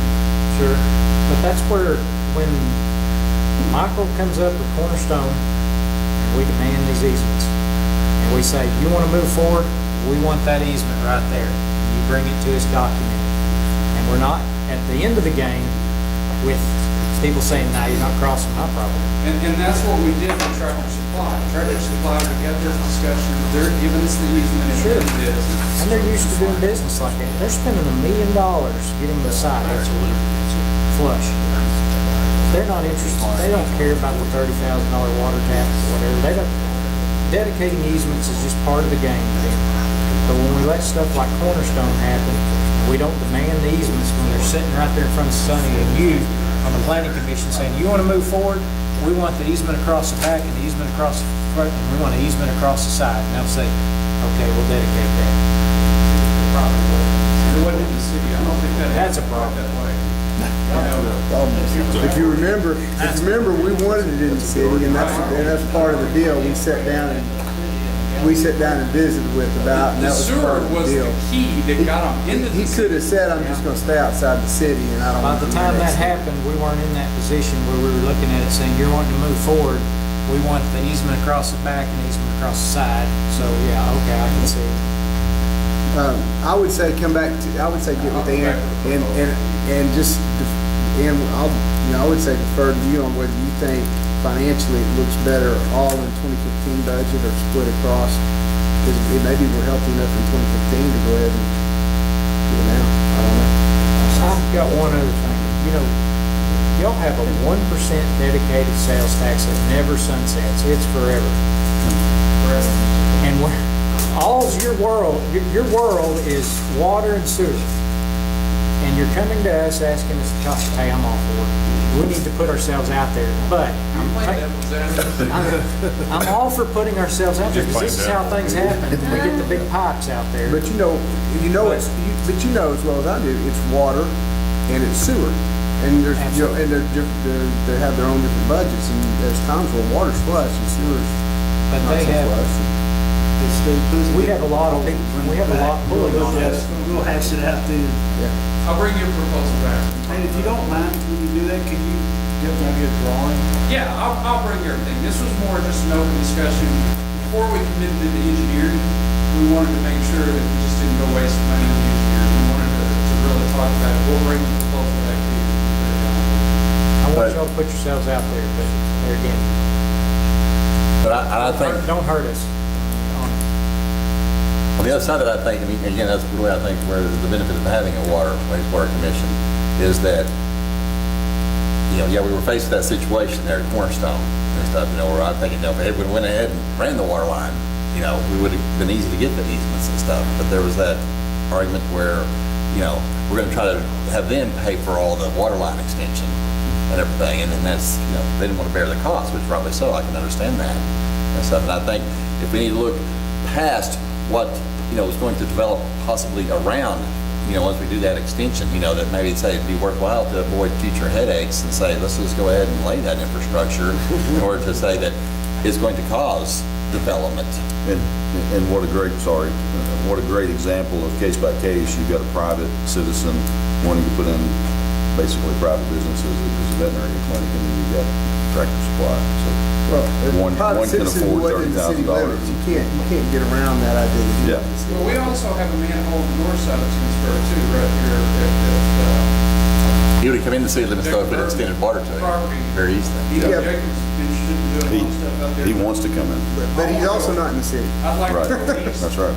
I'd like to go east. Nor is any of that property too, along because- But the difference is he wants to be. Well, yeah. I mean, now it is. But So we may be He's talking to you not. about going east, Right. that's relying on the north side as well, slightly, because we have several businesses through there that want sewer. McAllister's one, he wants, Alltech wants sewer. He's thought about going under 10 and trying to work with Nick, and see if he could push it over there, but he could come across the north side.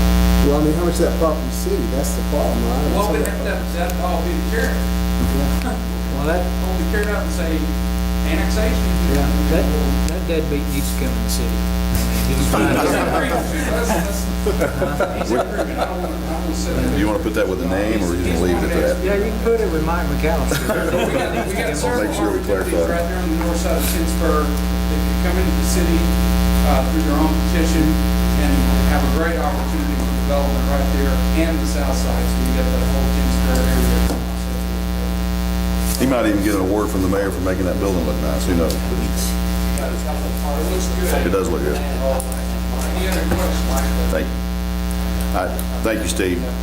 I know Ann had her hand up, so I was just gonna say one thing, the estimated, balance at the end of the year in city sales and use tax, which is what goes to fund water and sewer, is 139. So it's really, say 50,000, it's now going to be 180. aren't you glad you mentioned that early on? And as clarification, because I know I've heard general, you're not talking about general sewer fund or general fund? Well, I don't think they're I was talking about us. He's asking for co-op on what we have, not what he has. Now it's nice that Ann told us he has plenty on his own, but I was interested in just what we had in the general fund that was undedicated. My question is, this is the 9th year I've been up here. We used to see final plat approvals for subdivisions, housing developments, whatever. I don't recall a commercial business having a plat approval coming this way. I didn't know if we were, I'm saying all this to get to, if there's a final plat approval, would we not have seen this little private sewer line going across the side of Tractor Supply? We seek developments, and these aren't developments, these are individual properties. Is that right, son? So as The Tractor Supply You're talking about was. Tractor Supply. Yeah, I mean, I'm just saying, that was an individual, not the development itself, because there was no development, it was just an individual property. but I'm saying when the Tractor Supply's plat came in, surely they had a plat presented to somebody, and it got approved by somebody, I'm assuming. I would have thought there would have been a little dotted line showing a sewer line bebopping through there, and at that point, before we gave final plat approval, we would have went to the farmers and said, hey, We want to dedicate easement. yeah. We want everything inside of that easement dedicated. And to us. what I'm getting at is, are we as a body up here supposed to give final plat approval? I know like I said, we used to do that a lot. I think so. I mean, on the developments, we have been, but we haven't on individual properties. Even commercial. Out there, well, this is talking about, that what you call a fire department, stand over there and stuff.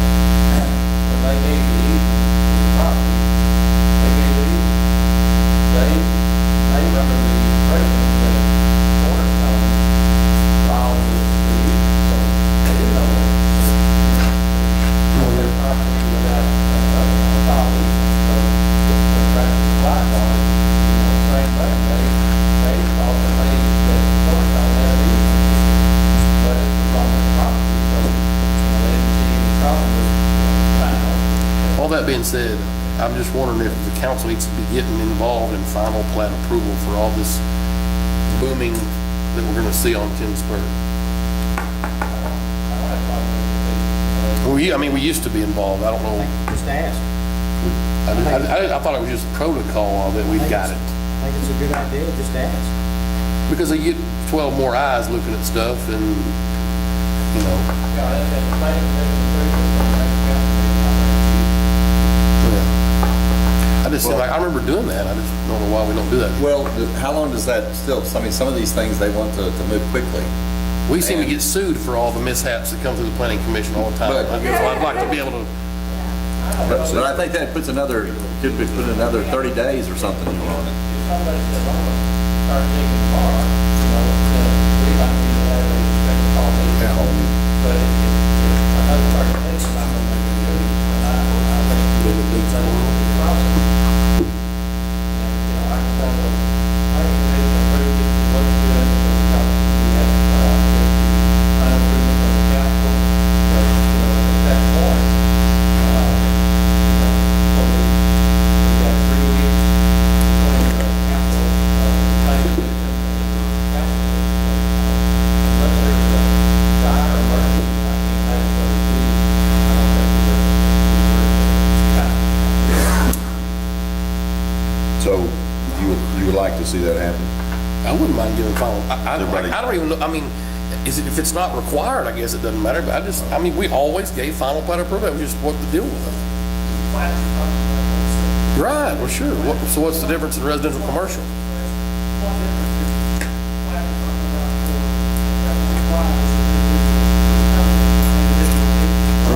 I got you. same city specs they have to meet? I would rather want you guys to know what's going on at an empty lot when they start building. So when somebody says,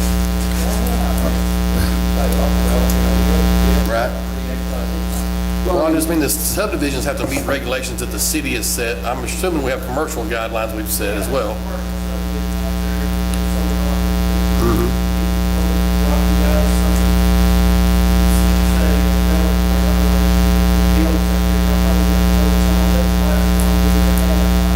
Probably.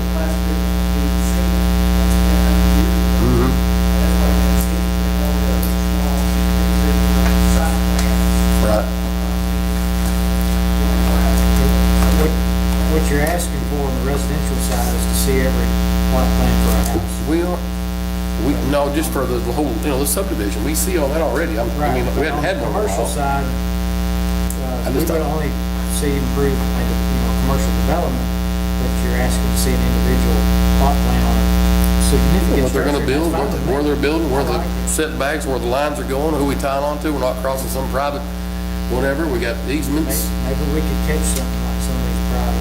Well, I mean, if things had gone south here and we got sued again for some other private sewer line, I mean, that's getting kind of old, and we don't know anything about it. Why don't we just make a general rule, if that's what we're gonna do? I mean, I don't think Sonny has an issue with that, it's easy.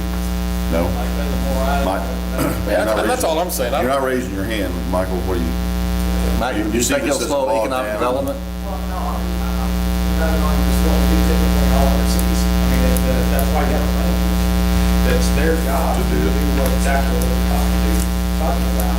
Individual properties, you shouldn't have to approval go and it's already approved out now for the zone. You say this type of building, go here, and that's already done. It would start getting you guys dictating, well, we don't like having facade, let's not go brick on it instead of rock or whatever. I don't think the building structure itself is the issue. It's just, I'm just saying that's what's happening. If you're opening yourselves up to evaluating everything you do with it after it's already been approved by them, what's the point of all the different straight to the city council? That's a good statement. Well, I think you can have it be informative and not require approval from council. I mean, I think the thing is these are already getting done they don't require approval. It just says, hey, here's what just so you know, here's what the tractor supply company's plat looks like. It's already been approved it's not coming for us for approval, just for us to be able to look at it. So. I think that you're trying to do that because Sonny's going to give a report here in a little while. He's going to talk about what all's going on in one department. You should be giving you that information. Yeah, and I think that's what Tim's asking for is to be able to look at those, not necessarily require approval. No, I don't think. Yeah, I don't think that's necessarily, but to be able to look at it, and if we see an issue with it, we can say, hey, Sonny, has the planning commission thought about this issue, and then we can go back and ask about it. Or you maybe will say, yeah, we talked about it, here's what we talked about. As a piece of information, I don't think it's something we want to necessarily want to do.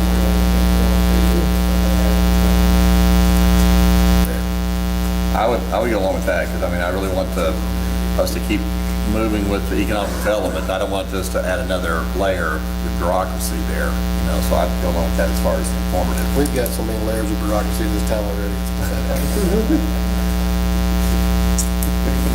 Okay. Everybody good? Yes, sir. All right. We have item number 12 on new business, and bless his heart, he's been here a long time. This is Pinnacle Franchise Agreement. Zeiler or Zeeler, I'm so sorry. I started to go with it. My fault, that's what Well, I had met him in my office, and it was a pleasure getting to talk to him at one point, so I'll let him explain why he's here. Thank you. Appreciate the time. Just to be brief, and this is a little late.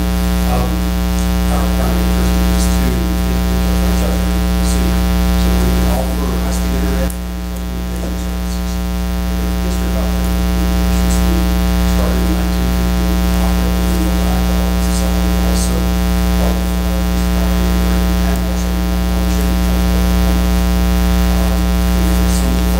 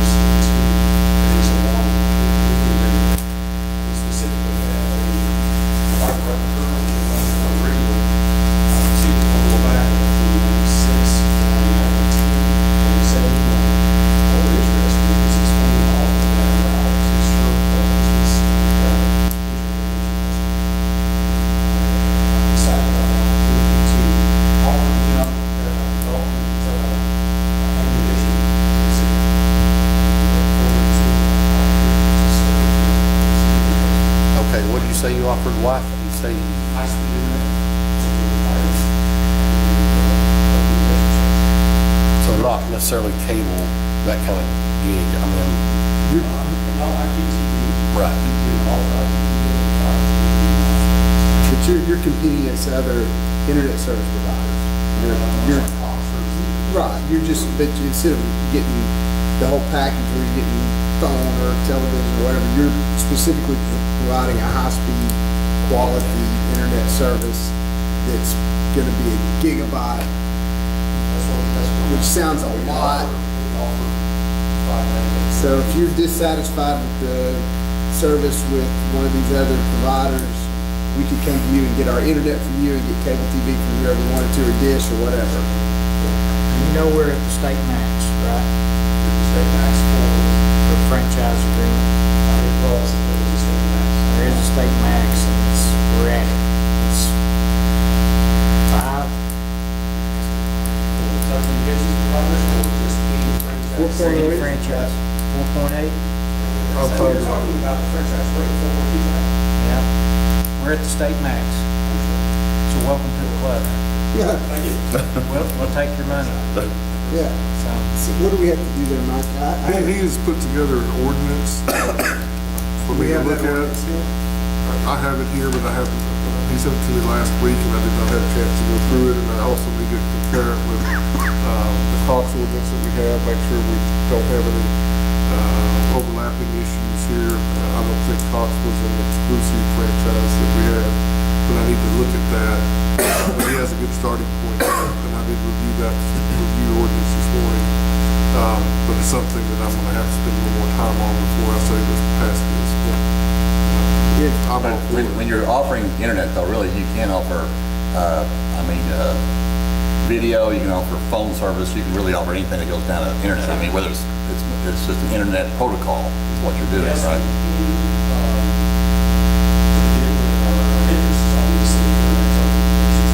So we would have as a just package, internet phone, those customers would be in that area. We would like IPTV, it's extremely expensive. Those small companies out there, those. So IPTV, also, services. We also see the one we get there, digital entertainment, we're talking about there.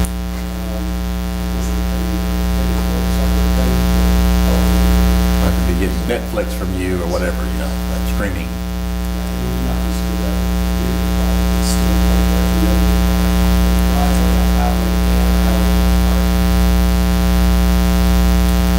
You're right here, right? Yes, we're running here 96, circle, left there. Applicants. So Mike, when we pass the ordinance and enter into the agreement with him for the state max, like I said, he will now have access to all of our easements to provide to all the customers in Greenwood. And the only problem you might see is that we may have, it's possible there could have been an exclusive agreement with Cox, which I don't think there was, I just wanted to look and double check and make sure. Yes, they sent us, 96 Act, providing a copy of the communication marketplace. So likely there would be exclusive agreements and they all have to And you think, you remember the state max being 4.25, that's what we did. I think it's ballpark that area, but I have. I just had in my mind it was 5. Close to one. They've been paying it for several years, because I remember distinctly when we were talking about going up 1, and I think we were at 2 or something, Jim Gossett said, well, if we're gonna piss them off, let's just piss them off good. We just went to the state max, and that was it. That's probably me. I'm thinking it was 5, I think you're right. I think it was 5. So I just wanted you to be aware that we're probably expensive. But I mean, it's not just Cox, though. We wouldn't be any Man, you're interference good at with this economic development. CenturyLink or. I'm gonna look at all of our All of franchise You don't agreements. care. Well, I'll give it away. I don't think it's an issue. How soon are you needing this? We'd like to as soon as possible, but we also understand that there's need to go through that process of review. For ordinance, we have this agreement, we've looked at possibly rolling out, we looked to it, we looked at rolling out Greenwood points where that's self-serving, I actually know a resident who lives in 2008, who's on the pushing our rules that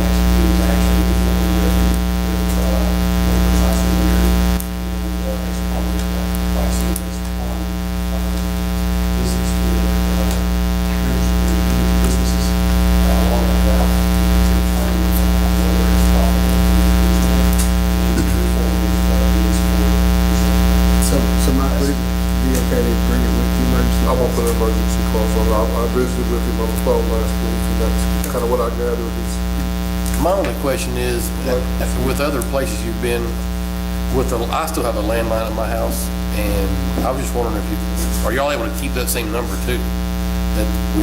Would that be involved with the digital telephone or telecommunications?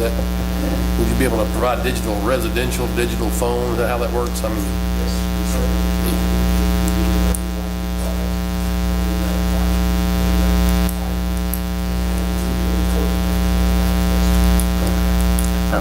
I got a really cool number. Y'all are gonna lay your own line in our easements, right? Yes. You're not, Call me, people. okay, how,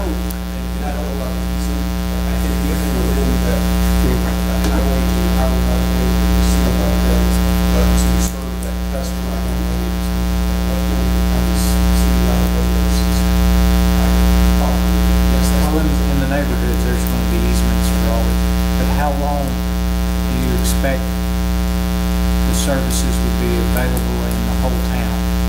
Throughout the town. Yeah, years, like 3 years? Our intent is to build out as we see. Right, so you get, So our. Tim calls you and then two of his other neighbors call you and next thing y'all are blazing up to him. Will be much different than one customer out there is putting in roughly fiber to the ground. Y'all are, For us to go out a mile, it's a one customer. y'all will be coming from Lavaca? Actually, we're coming from the town, we're still off the fiber. Okay. Okay. So we're trying not to be on the side. So, and I think they're on this side, aren't you? On the other side. Okay. And so, in Lavaca, is it served by Cox and CenturyLink as well, or? So it's served by Cox? That's why, yeah, I remember them running down 96. Fairly quick.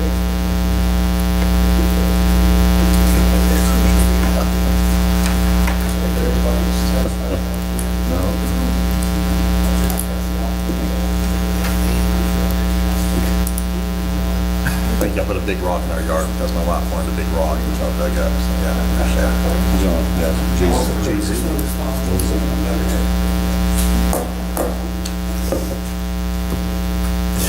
Want a big rock. Yes, sir. Thank you. Looking forward to it. Thank you, Mr. Zeeler. Thank you very much. Yes, thank you. Appreciate you so much. Listen, I think we've gotten a hold, are we done? I think we adjourn until we get the air conditioning. Well, I do want to say two things, but I'll be really, really quick. Well, three things. One is we got a lot done in 2 hours and 15 minutes, I think we got a lot accomplished. The other is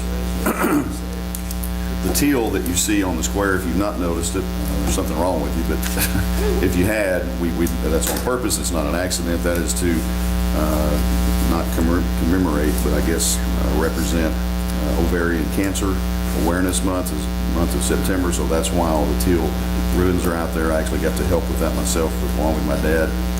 If you don't know, I lost my mom about 6 years ago to that cancer itself, so that's kind of important to me. Hope everybody's good with that. But that will stay up for a month unless something happens in between there. I know Richard has already put up a fall festival signs, and I don't think there's an issue with that. The other thing, if I've got this right, I think I do, September is Police Appreciation Month, right? The whole month of September. My sister, who has a youngster of her own that is a police officer in Alma. Wow, how do you do that? But anyway, she was trying to figure out a way to help to do that. And did she call you, by the way, Tammy? She's going to get a hold of you. I told her to call the new Mother Hubbard of the police department, so that's you. And so, it's a compliment. It's a compliment. It's a compliment. I'm sure you. So hopefully, not waiting until they give you a ticket, or not waiting until they have to be called to your home for some emergency, but let the police know that you appreciate them and what they do, and they protect us and keep us safe here in Greenwood, Arkansas. Wow. I asked very plainly if we're done. We hadn't had council forum meeting. That's right, we hadn't had a lot of things. Do you want to do anything about department head? We have several missing tonight, so if you're so inclined, I'm okay waiving the department head meetings. I do have something I need to bring up. absolutely, we'll do that. Yes, sir. I'd like to have But- department head, I'd like to Stuart, I'd like to talk to Stuart about the kids. Okay, okay. Mr. Ziegler, you had something? Oh. Interesting. Okay. Yes, sir. Thank you.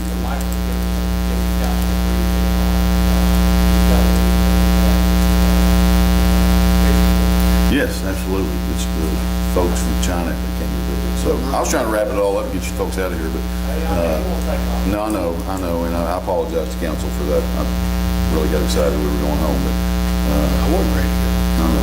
It's hot, is it not hot? I hope you get that fixed. I'm gonna try to get that fixed. So, do you want to dispense of the department head, other than Stuart? Okay, Mr. Bryan, Chief Bryan, would you mind? We'd like to. I actually kind of owe the fire chief an apology. I was gonna put him at the very beginning so he could go back to his fire meeting, and I didn't do it. Let's more over there for the Thank next you very 10 much. minutes. Come back down here. No, how about you? Oh. I'd like to hear. I'm trying to get Chief up there and he won't Get come. somebody up here to talk, man. No, come on. Come on.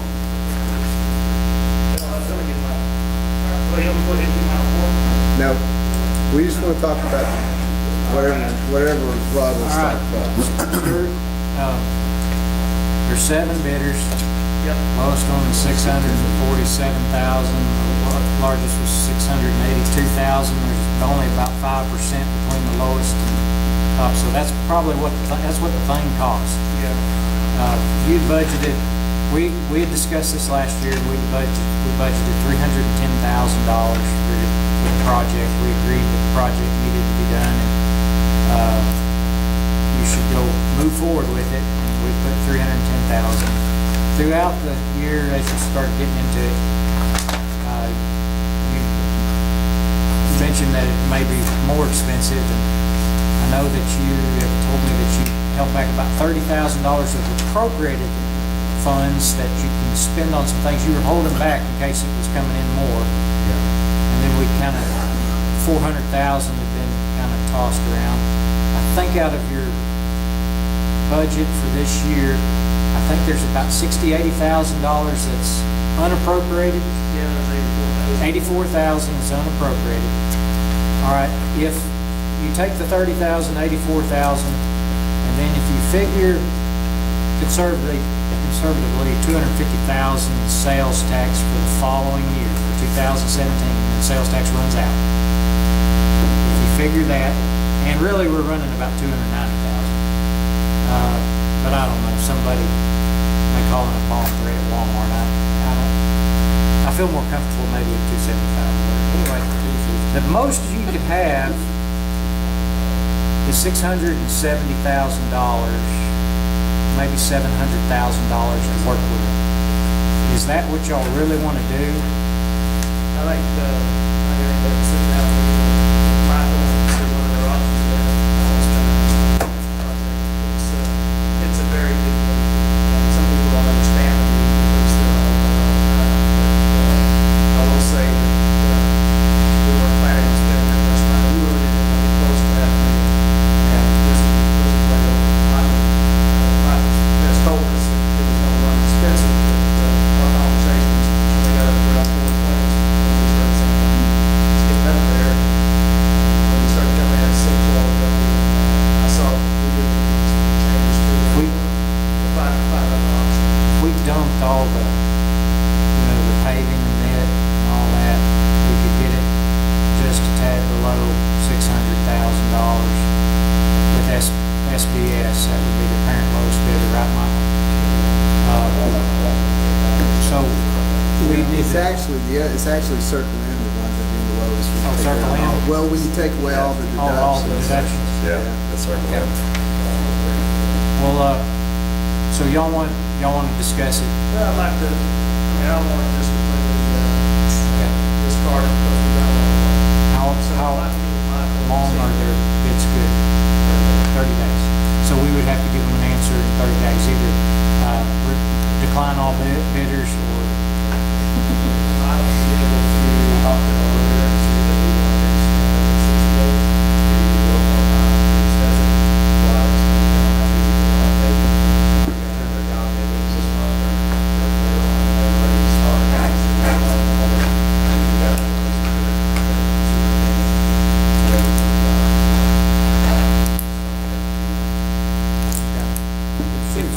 so high, it's just unrealistic. Michael, if we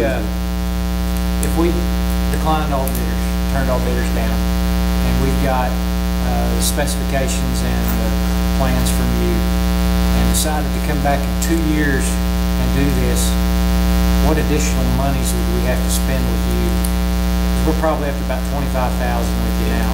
If we were to do it, we would just start from that point. We make no changes to the drawing. We would start from the bid. Specification book still good, drawing still good? Change the dates and timeframe. We would have to check it, make sure that the products that we specified haven't changed or don't exist anymore. And if it's 2 years down the road, it's in the code, we would have to make sure that it's still in the current code. But they were fairly minor. And we could, a lot of times we get into this process or even before, we put it on the shelf and we rebid them on that certain.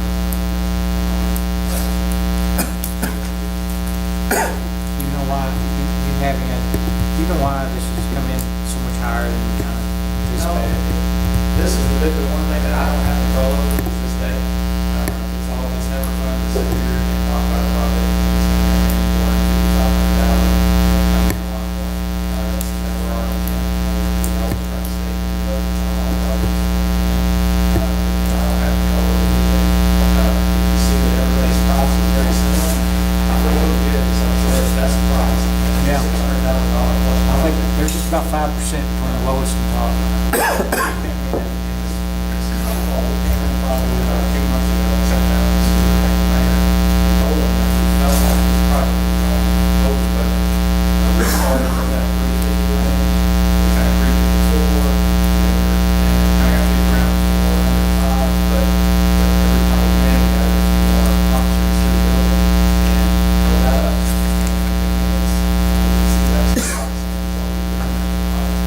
Small amount of square footage, you're paying the same amount of general conditions as you are on a police station. You're going to be there for 800 months. So it's a little small, high workspace, there's no parking scale, because you're building on it's just small. So it's not to your advantage to do that size of project unless you do total renovation of the more square footage, higher scale.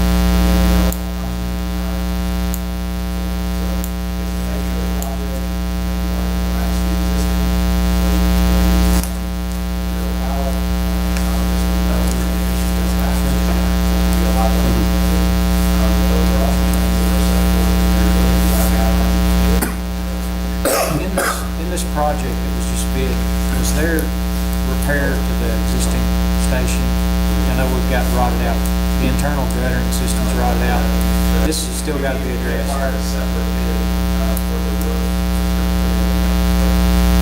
Okay. Well, I don't, if you did this, taking the lowest bidder, I don't know if we'd have enough money just to even repair what we got. You could, if you stopped, you couldn't buy nothing from this point forward, and still may not have enough money to repair Well, the and existing building. if the sales tax gets expended, then you've taken, a significant amount of money out of your coffers that you're not able to add to the next 10 years of money to build a different building entirely some other place.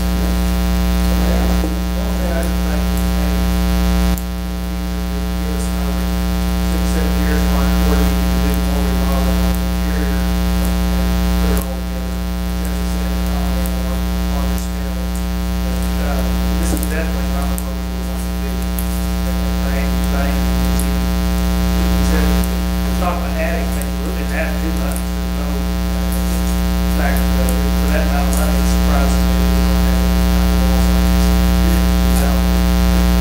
It's just basically all concrete, steel, You know, if we were, if we delay this, sales tax, people going in and check mark it.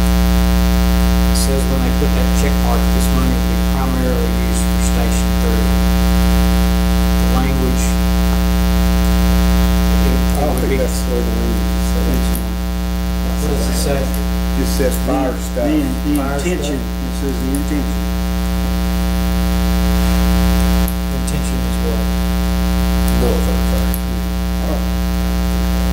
but there, I don't believe it's for, exclusively for a third fire station. I mean, just like the one that we had this year, it's just for, Looks like none of this money was for a third fire station. Right. I mean, it was never even thought of a third fire station. It was to get two, with bricks and mortar and equipment, and that's what it's been done with. Right. I'll be the first to tell you, this is ludicrous. I mean, this is, I mean, off the chart, because we have some equipment that is in dire need of some attention. We've got some trucks that are slowly getting outdated. I mean, we're gonna have to start, and like Rod said, from this point forward, if we was foolish enough to spend all this on that, I mean, we could possibly be, have an issue there, because those trucks aren't cheap either, so. I mean, I think it's just something that needs to be, I mean, I hate that we've spent what money we have spent on it, but, I mean, that's the only way you find things out. I mean, you can't. I would like to sit down with Michael and see, what options could we do for, that amount of what we're already working on. I hate doing all the work and not at least, having some stuff. I'd like to see, I'll tell you what I'd like to see, and I know it's speculation, because you don't know what's gonna happen with the extension of the sales tax. But what you got is about $3 to $3.5 million, right? You got 250,000 times 10 years, that's 2.5 million, plus another 500 and change, maybe it comes in 275, but you got in the $3 to $3.5 million range, and that's how much money you gotta spend. And what do you want out of that? What does the fire department need out of that? I don't know what you need. Do you need another ladder truck? Do you need a building somewhere to store stuff? And come up with an idea of, because you could easily spend all of that on a fire station. It wouldn't, I mean, how much do we spend on this police department? Let's see. Yeah, so I mean, if you want a third fire department, you got the money, but that's all you got. Well, you got $3 million. You got $3 million. You can't go build a fire station out west for $3 million. Yeah, but you see what I'm saying? I think you got to bank on, if you spend all this money you got now, then when it passes, you ain't got $3 million. You got 2.5. And so, We're gonna have to look at, come up with some items of this is, hey, these things are gonna cost this much money to maintain or to fix, and I'm gonna have to do, and then start adding it up and see what you can afford, and come up with a plan based on that $3 million budget of, these are the items, this is my 1-year plan to spend it, my 2-year plan, my 5-year plan, this is what I want. Is there a- probably time to revamp, because we do have a 50-year plan, and we've reached the majority of those. Yeah, so to look up with, what's the We next? can look at something else, 'cause right now, we have trucks that need replaced. We want to hear that 86 model, we can put our SCBA's to back that now. Problem is, when we get rid of that, it's sitting out here outside, and it's not really equipment. And that was why we were wanting to go with this, is that replacing equipment, that other type of equipment. We just want to plan on spending $500,000 on that. I've been asking, what's the, basically the area to fight for? So, I don't know what we're having to pay, and I'm not saying we're having to pay. We were gonna talk about 310, 350, and then we talked 420, like, kind of sticker shock, and after a while, we started looking at how much money we can build it, well, let's put $300,000 or $400,000 for that.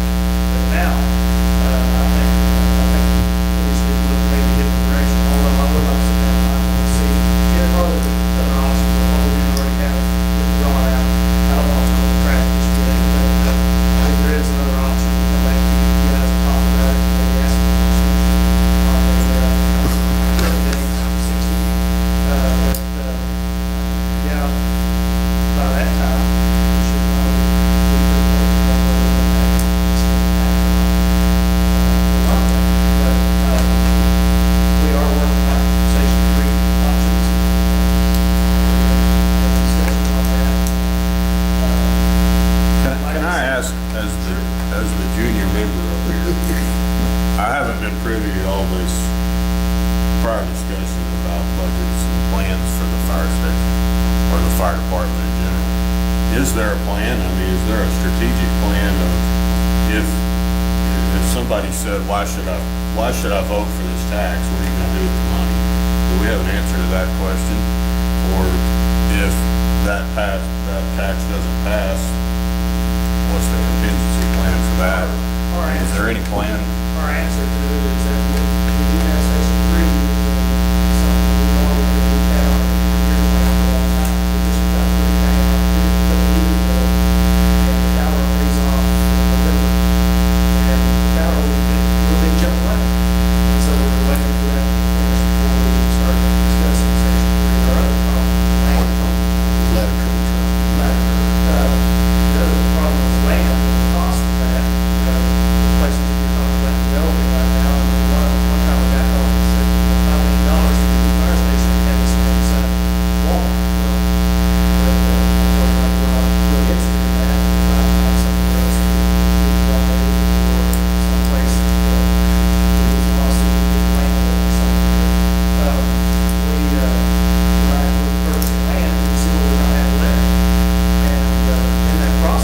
think Lee alluded to it last month, you know, do we build a station or, and then get a truck, or do we get a truck and then get a station, you know, what comes first? You gotta have that station first, because if you get a truck sitting out here. I mean, that's what I'd kinda like to see, I mean, that's just, my business side of it is, I'd like to see what, if we get 3 million, whatever we think that number's gonna be, what's the list of items we think we can purchase with that? And what would be our Priorities and things that we need to have. We build Station 3, we're not having that first. Yeah, but you don't got enough money for trucks and station two. I mean, you need to sit down and come up with an idea.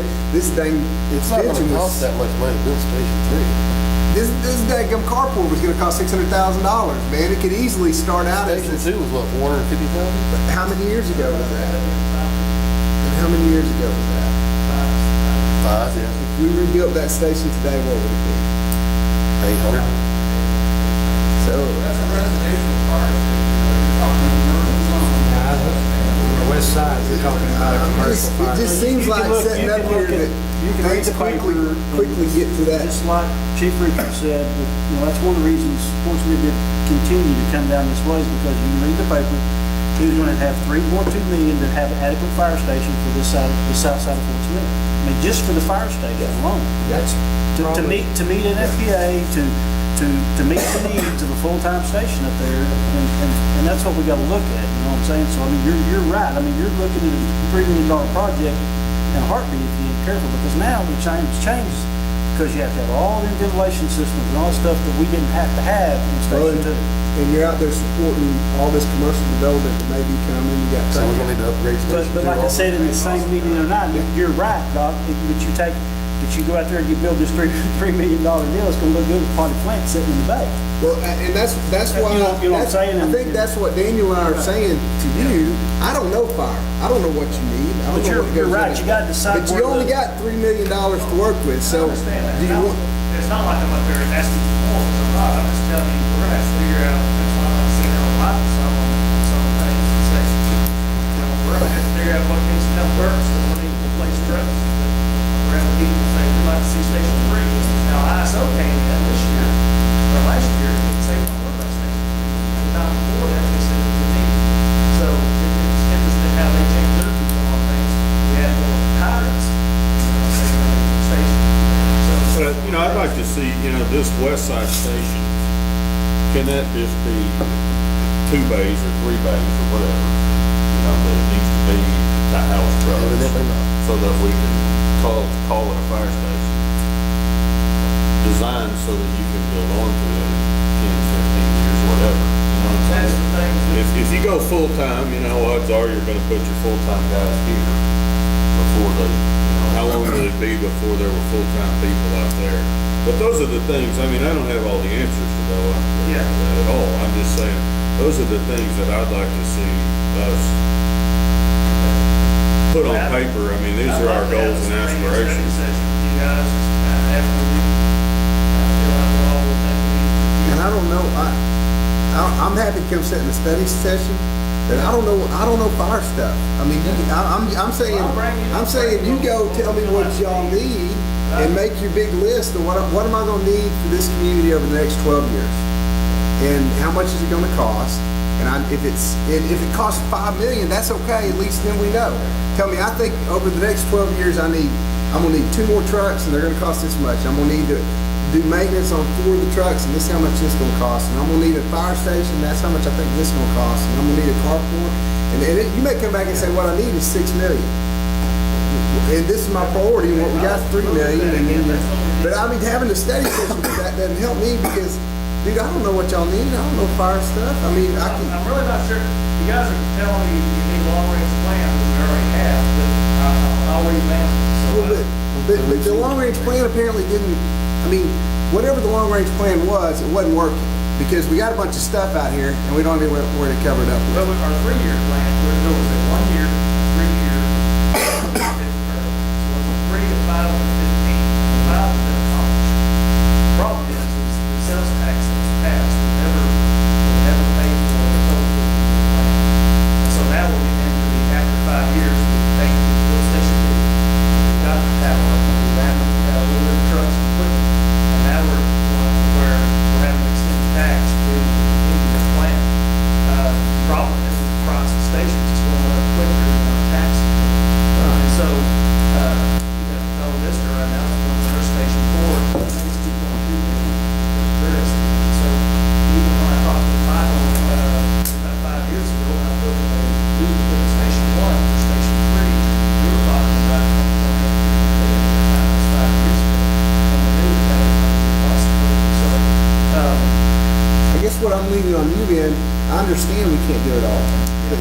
tell me what's the priority there? What do we need to do first?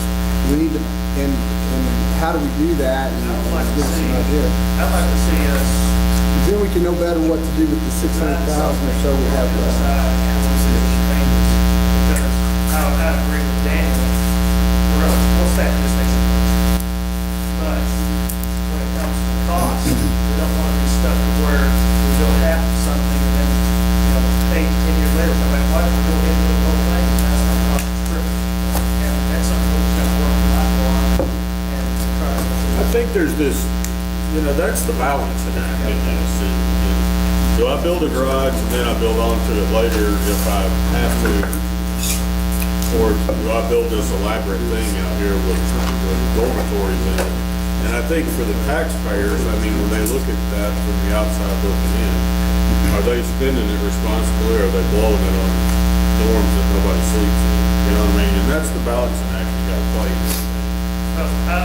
It's easy to hindsight's 2020, right? I'd like to have something I've talked with the discussed land acquisition out there and actual public relations agreement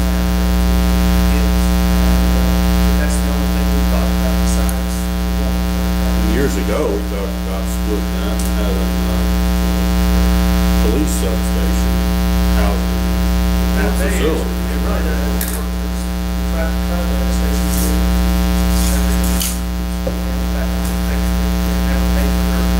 Part of the building, so we're kind of taking it back. They don't want it. Repossessing from the police. We put them in a little place there, and we're going to bring the back room up the bottom. And the last place you didn't want to do was I didn't know we had it. The building installations, we'll get you something. We'll talk to Michael's on this. And It'd be nice to know when people are asking us about the tax, it'd be nice to know what we're to have a plan of, this is what we're planning to spend it on. And and I don't feel like I can tell them, hey, what would we pass the tax for, Lee? Build station number 3. Well, I'm not gonna tell them that, because that's not what I'm necessarily hearing. And I don't know that we can do that in the budget. I don't wanna get back into this idea we did with the pool, where we passed something and we didn't have the money to do the pool. Everybody say, We missed out on a lot of stuff last time we campaigned this tax, and we still ain't fulfilled. We were Say very what good you want. at making sure that attacking everything we asked for on the fire side of the tax reform. And I'm not gonna shy away from that. Because Station 3 is a goal of ours. But what we're finding right now is we've got trucks that need to be replaced also. And so we're gonna have to build that in somehow and do a little both when it comes to building a smaller station. Right now, without the tax, we're not be doing anything, we're at $600,000 to probably replace a truck. And that would be that number. We were hoping that we would be able to build this. Back in my mind, I want to be able to build this and still pay for the cost of the truck.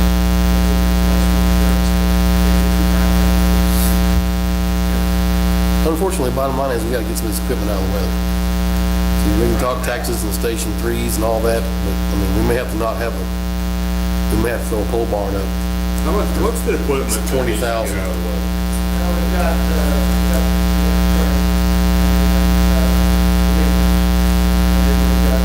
brush pit sitting out there, the old white truck, that we really need to I was replace. hoping that was at the auction.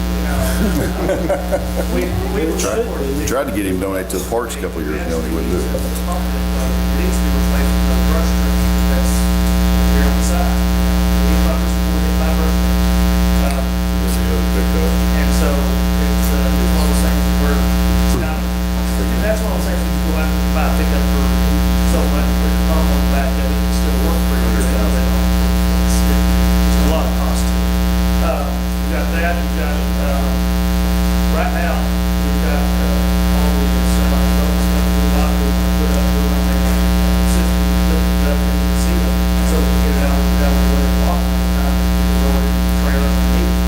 And right now, it's in the back of the big trailer there, and it's halfway late, so that takes a lot of time out of our response to using increase in this building. So we're gonna do that, we're gonna change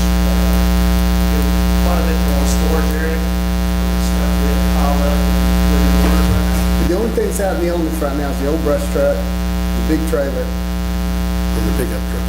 And the pickup truck, or the big With the trailer, camper. brush truck, and our trailer that's out there, and then, we're gonna put that cover, so we put the, our other vehicle under that. And those are gonna be outside, those are gonna be out in the sun all the time, rain. But, so we do have things that just still need to be on the roof.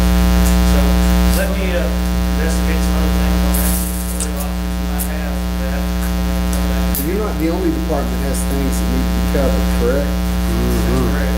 So maybe you need to talk to some of these other departments and come up with some We, kind of. we had this discussion the first year of building a multi-purpose metal building, that everybody had room for 3 or 4 offices. Yeah. And it kind of went on by the basic wayside. And we said we would have part of it. Maybe you ought to revisit that. I really do. What are budget constraints? I mean, if you and me had a truck at our house and said, I just gotta get it out of the way. No frills, nothing. I just gotta get this thing out of the way. You know, what would we do? Let's look at it that way for now. You wouldn't buy one of those metal ones because Sonny wouldn't let you. Our deal, Sonny may put bricks on it. Yeah. our deal on this add-on was that we wanted it to look like it was part of the building. The facade and the rig and all stuff, so it didn't look like, hey, we just went out and put a shed up, and we wanted it to look nice because it's right at the same complex, and, yeah, I mean, you go up there and throw up some sheet metal and all that kind of stuff, but is it gonna be our codes and all that stuff, and what's it gonna look like? So that, I feel that way with, even if we talk about any kind of temporary, or any type of storage building for, whether it's water, parks, whoever. Anybody. You know, yes, we require a certain amount of commercial guidelines for Walgreens, Tractor Supply. I think, the city has a responsibility too, of putting up something, nice and, aesthetic, to the eye. And the, Sewer treatment plant. Right now, we're storing 67 pumper at McAllister's boat storage on the other side of town. I mean, if we moved it from there to a metal building, we had it the sewer treatment plant, what's the difference? well, yeah, if it's out of sight, out of mind, then, it's fine, Now, the sewer treatment plant, we don't have to get customers complaining about it. We've talked about that before, but I don't know if we have enough room. In fact, I talked to them about, on the grant that we asked, I was gonna tell you about, we're still waiting here on file on the grant, but we're gonna have to get that mobile truck, do something like this. Michael, if we built a building out there to share between parks and fire and water, to store just equipment, just stuff that we don't normally access, but we gotta keep, we stuck it out the sewer treatment plant. Would we be in violation of the codes, just sticking fire trucks out there that we don't access on a routine basis? So, on the fire side,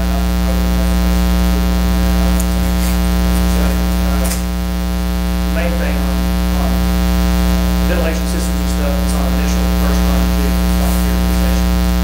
Other stuff like that, we would just have to have a full building, plug them up, keep them charged, and then you wanna have a little bathroom there, a place to wash your hands, so you go out there and work on stuff, and that's about it, that's all you need.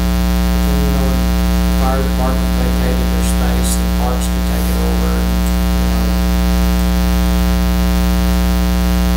I guess we still, because we're a municipality, we're still involved with you, or someone like you, because it would be $100,000.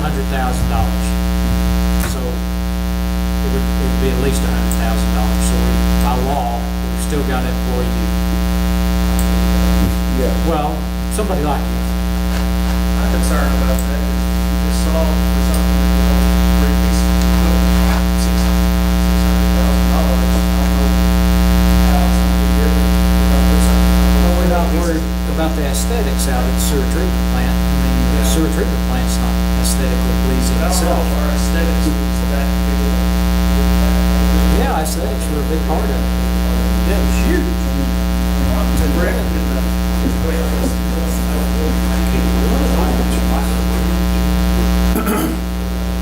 There's no codes that would keep us from doing that.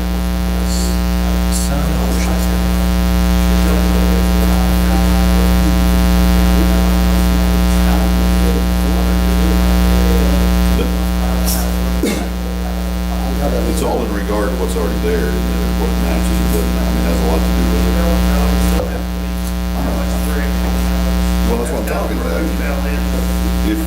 if the sewer water plant, I know the brick building is there at the beginning, but you go back in and it's concrete block or not. Well, it doesn't have to be down on what's there as much as the basic requirements, what has to be, no matter where you live. There's one thing about building over by the sewer Because plant you is don't want to know about it.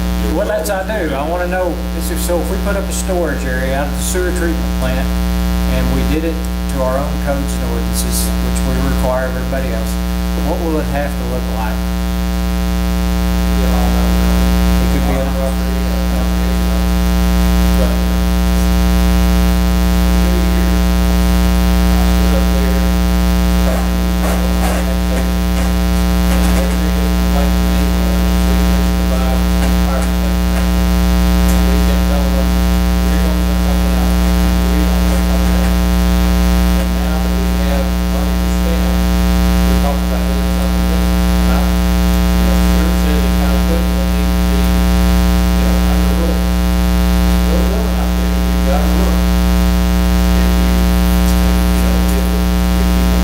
Property,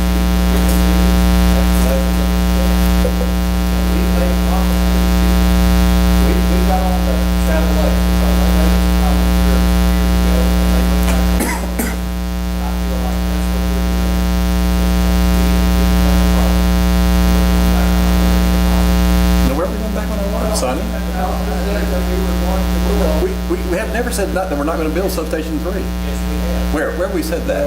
You haven't heard me say that. Y'all are talking, he's saying we've never said we're not gonna build Station 3. We've not said that. You're hearing, we're not talking about not building Station 3. But we told, whether we annex to it or not, we're going to build a station out here on the west side. So they don't care what they think about out there now, because they don't want to be part of this city. I got 26,000 reasons why I don't care what. I mean, I don't care. I don't care what. We promised PSC was gonna build a third fire station. We got school, we got Westwood, we got all the, What you need to worry about is the planning. It's not worried about where we're putting Station 3 out there. that's why I said you didn't want to like it. Well, you're probably right. Well, no, I think we're going to build substation 3. I mean, that's in the works, you know. That's the first order of business as far as I'm concerned. I haven't heard a realistic plan of how we're gonna do that. Well, nobody's mentioned the bond issue on that tax. Realistic idea of how we're gonna build a Station 3. The thing about it is, right now, we're beating the dead horse we haven't- because we need to let Stuart have that opportunity to come back like Yeah, I all the agree. time. We can sit here and argue all night long about this deal, what we're gonna do with it, when we get with it. First of all, the tax ain't passed, so we need to quit worrying about that until it does pass, and then we'll figure out what we're gonna do. But Dr. Johnson is right. We need to put together a plan with some ideas what we need to do. But right now, that don't matter what we wanna do, because we don't have enough money to do what we want to do. So, we need just to step back, let Stuart and Michael look at it, see if they can figure out if it can be revamped to get it down there to that $300,000 that we had budgeted for this. And so be it. The only way we was gonna be able to do it is put it out there for bid and let it be bid. Okay, yeah, we spent the money. If it don't work out, it don't work out. We'll chalk it up for loss and we'll move on. We can't change that. But we can sit here and argue all night about this, and we're not gonna get nowhere. Let's let Stuart go have a chance to visit, come back with some ideas, and we'll see what the ideas are. Well, and again, as far as building up the water, the sewer water treatment plant, you know, I was told that, or I guess not told, I was under the impression that there's ADQ issues as far as having people come in and out of it. That's why there's a gate there, you know, and that they don't really necessarily want people coming in and out of there. I don't know, if there's not a problem with that, then yeah, we have lots of space out there. You'd have to regulate it. There are issues, and Greg will be the first one to tell you there are but you can change, you can reroute what you have. In other words, that building might be accessible from the back side. That's just a shot. How big the garage can we put on that lot over at Main Street. Main Street? Well, if she doesn't want to park, I got feelings she'll have her own big ass building. Yes, yes, sir. That's true, it is. Yes. Approximately. You know, we went down. Our problem with that land is having to do with land's location, traffic flows. Well, are you talking about for a station? where you're gonna have to do, this is We- on Westwood Drive. It's part Paul, of the- property Paul Walker donated. Yeah, and But he, when we were looking at building station, what would be the west side or east side, of course, east side, we ended up with land, and we thought it'd be better, and you know, that neighborhood, they come in here and they really kind of come unglued. They're like, we don't want trucks screaming in and out at 2 o'clock in the morning, and it's dangerous, we got kids walking here, and they've got a point. That's just really not suitable for what that would be, which would be a commercial fire station. Yeah. we have, There's gonna be a big enough lot of time and then the traffic flow in the morning and afternoon, Stuart, them going in and out. Chief touched on something a while ago, and he didn't want to say it out loud, and I won't either. I won't get details, but we're revisiting Some land is some land issues out there that would be very suitable and very attainable and all those things. So that's another reason we like to come back. but we can't, yeah, you need to know that that's back on the planning. But we're trying to get new word. I'm the new guy, and there's a new guy there, without saying a whole lot. So we're trying to get everybody back on the same page.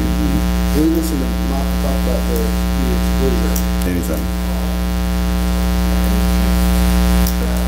So real quickly, a couple weeks ago, we had the opportunity to work with the Site Plan Commission. And they brought a visitor and friend to look at the facility with us. We were from China. About 4 or 5 representatives with them. We toured the facility with them. They seemed very interested, very interested in our system. They were all young design professionals, and they were looking to not only have some manufacturing/distribution at the facility, but also have some showroom and some design things happening there. For us, it was a great opportunity because this was our first time to really have that initial visit with someone, so we got a lot of practice on what to do and what not to do. We had to there on the jokes, but everything else was really smooth. There's a big team working on the economic development committee. A lot of people putting together pieces of that, from Cheryl to Cole to Sonny, Doug, Mayor and Christie stopped by. Stuart had a little car accident out front. Stop traffic. Stop traffic. There I was bragging about being the safest city in town, or state. But again, it was a great opportunity, and we're starting to see some fruits of labor things happening. A lot of people are going to have to visit that building before it's occupied. It's not just going to happen on the one.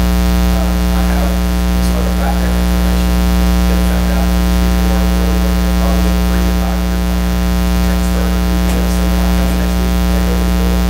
But we do have some other prospects that are looking at the building. One here locally, and one from local who have expressed interest in the facility. So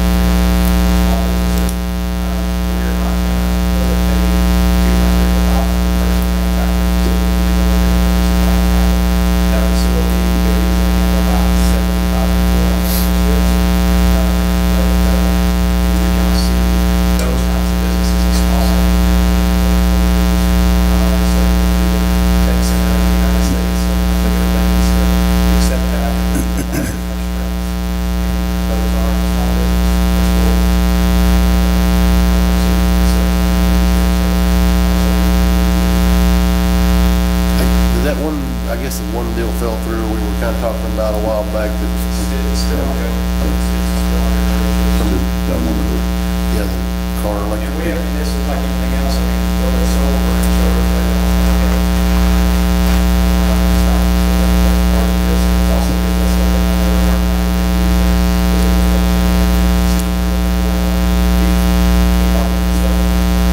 I think that company is waiting to finalize their agreement with the other company of the car chassis maker, so they don't want to move down here without having that contract with, right?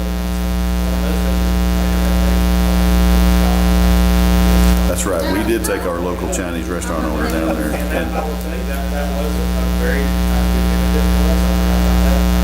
John was able to speak Mandarin with four or but all of them except for one's perfect English, so that was easy for us. But he was able to communicate with them and ask questions. He laughed off to the side, so we were kind of glad because he kind of broke the ice with them and talked about what it was like with this business. Because it was one of the Chinese restaurants. thank you, I was gonna, Same thing they're looking for, there's pretty plain. type of business that they have in Greenwood or even Forcenet, so big reason for me coming. I talked to Nate, we got to special thing. We know that they want to have time to go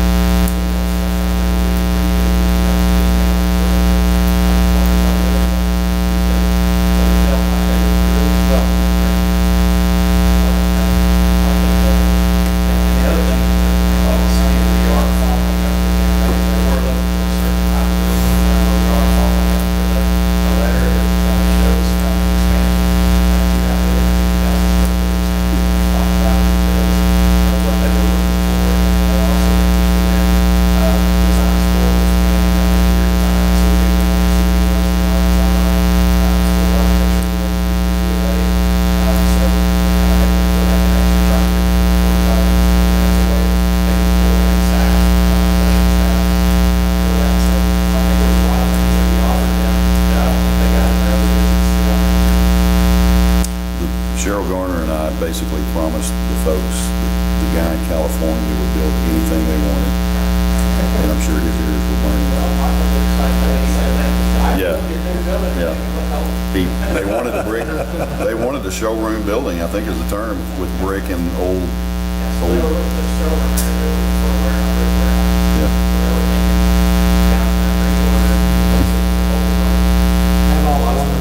Yeah. Well, we offered in the rock house behind Greenwood Fixtures, which is a little small. Let me say something real quick. Are we? Well, no, I have one thing I Okay. promised I would bring up. I know Okay. we've been here a long time, but I had a citizen get in touch with me to talk about the sidewalk. I know maybe know some others on council, and I promised I'd bring that up for discussion. I meant to bring it up last month and forgot. Looking at maybe putting a sidewalk in, and we've talked about this before, the need for a sidewalk along Denver Street, extended from where the sidewalk is now down to the trail. That's not a real big section of real estate to cover, but it's very impactful when you look at how the trail system runs and navigates, being able to cut down to, just like for all the same reasons it makes sense for all the traffic to cut down through Denver, it makes sense for people on pedestrian byways to cut down to the trail that way. And you know, you've got both the north side and the south side of the road to look at. It's not like you have to have it on both sides necessarily, but I think that that's something that we need to look at as we come into budget this year. You know, there's lots of places we can build sidewalk that would be good, but to me, that's a key place. You talking about down to Jones? I'm talking about from where it stops now, up on Denver, on down to Jones, whether it's on the south side or north side. I think that's I agree, and I'm not the council. and there's lots of opportunity there, and you know that gives people the opportunity. Once you get down there, you can walk down to Ace Hardware, you can walk down to the Sonic, you walk down to the Mexican restaurant. You know, and then it gives us opportunity if we can ever get under Tinsburg, or if we ever get sidewalks down to Tinsburg, the rest of this. Hey, where's the, you know the little road that used to ease back in there to the... Still there. Who's that? Is that Floyd still? Wouldn't be Ford. Well, where I'm going with this is, instead of going all the way down to Denver, Correct, you could come back around. Gotta hit the trail And right I there. think, Be a you lot know, shorter. entertaining any ideas there that, you know, street department's not here to I'd like to have you talk to him about coming up with an idea of how much something like that would cost. We were looking at it already. For the 2016 budget. I think you're probably hearing from the same Yeah. citizen that we are. And I think it's a reasonable thought. I mean, we've talked about it before I got emailed. Sure. And that's, when you look at in-town sidewalks, places that's missing, that's a very traveled thoroughfare. It's very dangerous to walk down And there. the beauty of that is too, Doc, coming up the hill, there's a sidewalk on both sides, so whichever way would be the easiest, I mean, it's still tied in because on Absolutely, Denver, there's absolutely. You got some sidewalks options. on both Right. sides. I don't think we need to wait for the budget. I mean, we've got money we There's can sidewalk access money. now. Well, I mean, but it's gonna take some time for Joe to get some. Well, I can tell you and this project you're talking about Sure, yeah. specifically, Richard and I have talked about it. He sees the emails, and we're certainly, I make Joe come and pick me up about once a week, whether he likes it or not. Most time he doesn't like it. And we go driving around, and I tell him my ideas, and he tells him why he can't do it. That's just a common fact. But so it's kind of a work in progress. I don't know, Doctor, that there's an option on both sides. I think there's definitely an option on the south, what I'm calling the south side of that road. North side is this, and the gentleman that is suggesting it is, we talked to him, and he's suggesting we put it on the other side, because in his yard, it would be up in his yard. I'm talking way up in his yard. So we're definitely looking at it. I agree. It's a perfect tie-in Let's look trail at and it to the everything. point where we have We'll come back with an idea some- of how much it's gonna cost, Yes. and go ahead and get it on there and because we do have money in the sidewalk fund. Yeah, there's 80. Money in the streets. Last weekend, I was just saying, I know, we spend a lot of time trying to get from point A to point B in a straight line. They don't do it. Yeah. They'll have a trail come out on the road here, 25 yards down there, it's gonna take off there. But you got the girls down this road, this is a dedicated walk. But they're not worried, it's not kids, so they come across the road at the same time. Trail, led itself to this part, down here, you're letting yourself do it. So they just take it. After all, you're walking, and what's a few more steps? I mean, if you can. They got signs, they got everything marked. The other thing too, and I'll just say this in Joe's absence, and on his defense too, a little bit, is when we start going to look at these projects, and Joe wants to have in mind, and according to our own ordinances, and I know you guys agree with these things, is when you go to do something like that, you want to take in mind, okay, are we going to widen this road like it's supposed to be widened someday? And you don't want to build a sidewalk that's going to be ripped up in 5 years and go, okay, now, because by the way, I have a price, in case anybody's ever interested, come to my office and I'll give you a price of widening that Councilman Powell asked me to do, and I've got a price from engineers to go all the way to there from right back here at Lanning House. What's his name? So you had it split into 3 sections. Yep. So why don't 3 or 4. Why don't we look at fixing that road with the sidewalks and everything? Good. Glad you brought that up. And getting Go it ahead. done and be done, because we've got the money just sitting there. We're going to ask the citizens to give us Let me more. bring you up. So it can sit there Okay. with the rest of it. And why don't we go ahead and just fix it and do something? You know, people brag a lot about what we did up on Right. Jones Street. Why don't we just continue that on up? Heather, there's a lot of traffic, and that includes pedestrian traffic. And that's what that guy's complaining about, is all these kids are walking Sure. in front of his house trying to get to school. Right. Why don't we just go ahead and fix it and do it right? But you're all right, if we go down and we spend money putting sidewalk on the south side, and then we go in there to fix the road, well, that $40,000 or $50,000 just went poof, because it all gets drug out and redone. Here's my other another answer. Here's another thing to think about, and I wanted to say this before we left here tonight. By the way, we got a lot of stuff done in 4 hours. I think we're commendable. We've done a lot of things. I'll keep saying that. On my desk, let me back up. What's your name? Dustin, thank you. Dustin Graham brought to my attention the other day out at Pink Bud, which is where I need to be probably most of the time. But he reminded me of something that I don't know that I ever read. I do remember it. I remember him being here. Rusty Myers. I know a lot of you are familiar with Rusty Myers, who just retired last year, 2 years ago, or whatever, with Western Arkansas Planning and Development. I hold him up pretty high and smart and sharp and intelligent. And he was in the planning business. That's what he did. And he helped me as a parks director when I first started, and he's just a sharp guy. And he continues to do some things. I'm not sure, I know he's retired. But, been talking to Dustin pretty regularly or somewhat regularly about what we need from the press, if you will, how we need to make sure that when we talk about our tax extension, vote, special election in November, that it is preached and preached and preached and preached that it's an extension, not a new tax. We all know that, but we all have to remember to say that, because there'll always be somebody think we're talking about a new tax and we're not, we're talking about extension. But along with that, I was basically I was just confiding in him of what we have and what we don't have, and where I think is just a matter of opinion, that's all it is, that how the city or how people are going to react to this extension, attempt to an extension.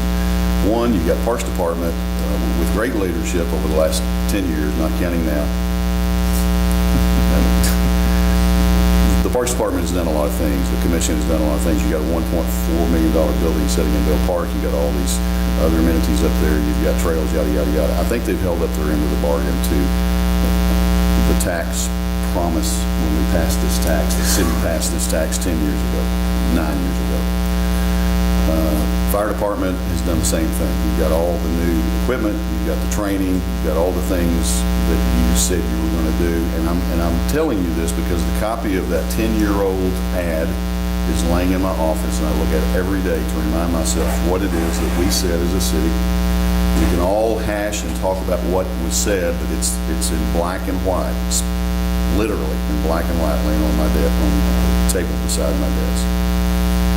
I was part of Pool Talk myself. I'll get a little side, but not much. I was part of the Pool Talk myself, but that was after it was passed, and then we needed an extension, and I was trying to get a grant from the Parks and Tourism, so I stood on the square like a silly person, as I still do with floaties and getting people to sign petitions for the swimming pool. We've all talked about swimming pool.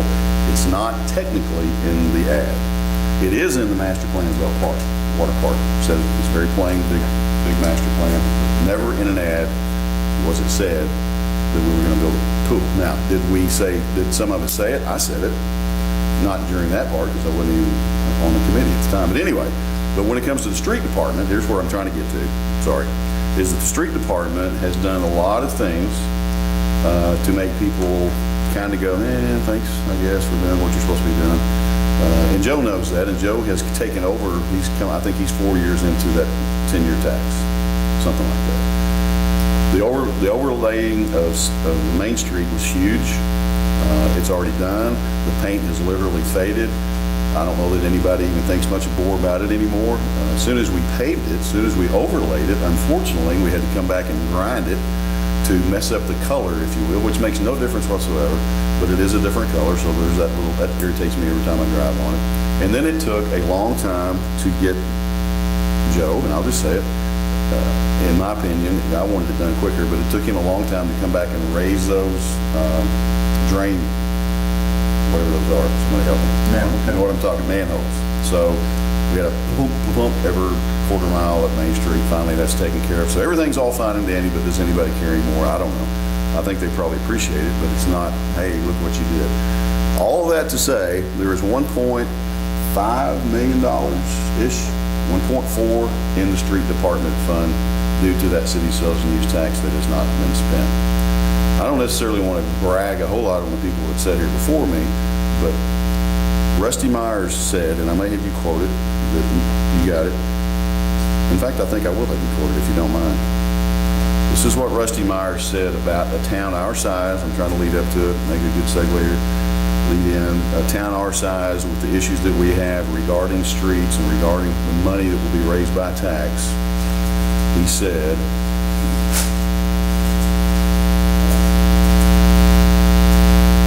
During the public forum was the original tax. Setting the director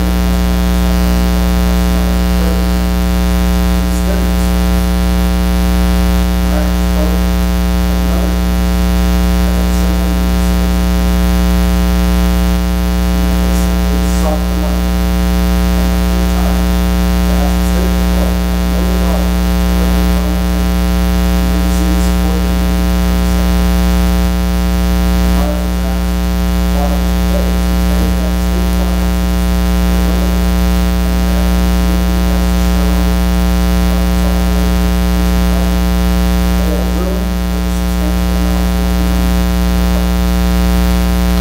Mr. Myers is just a guy, and he's retired, but he was pretty sharp, and he's still pretty sharp. I was on Rod Powell's page there for a long time.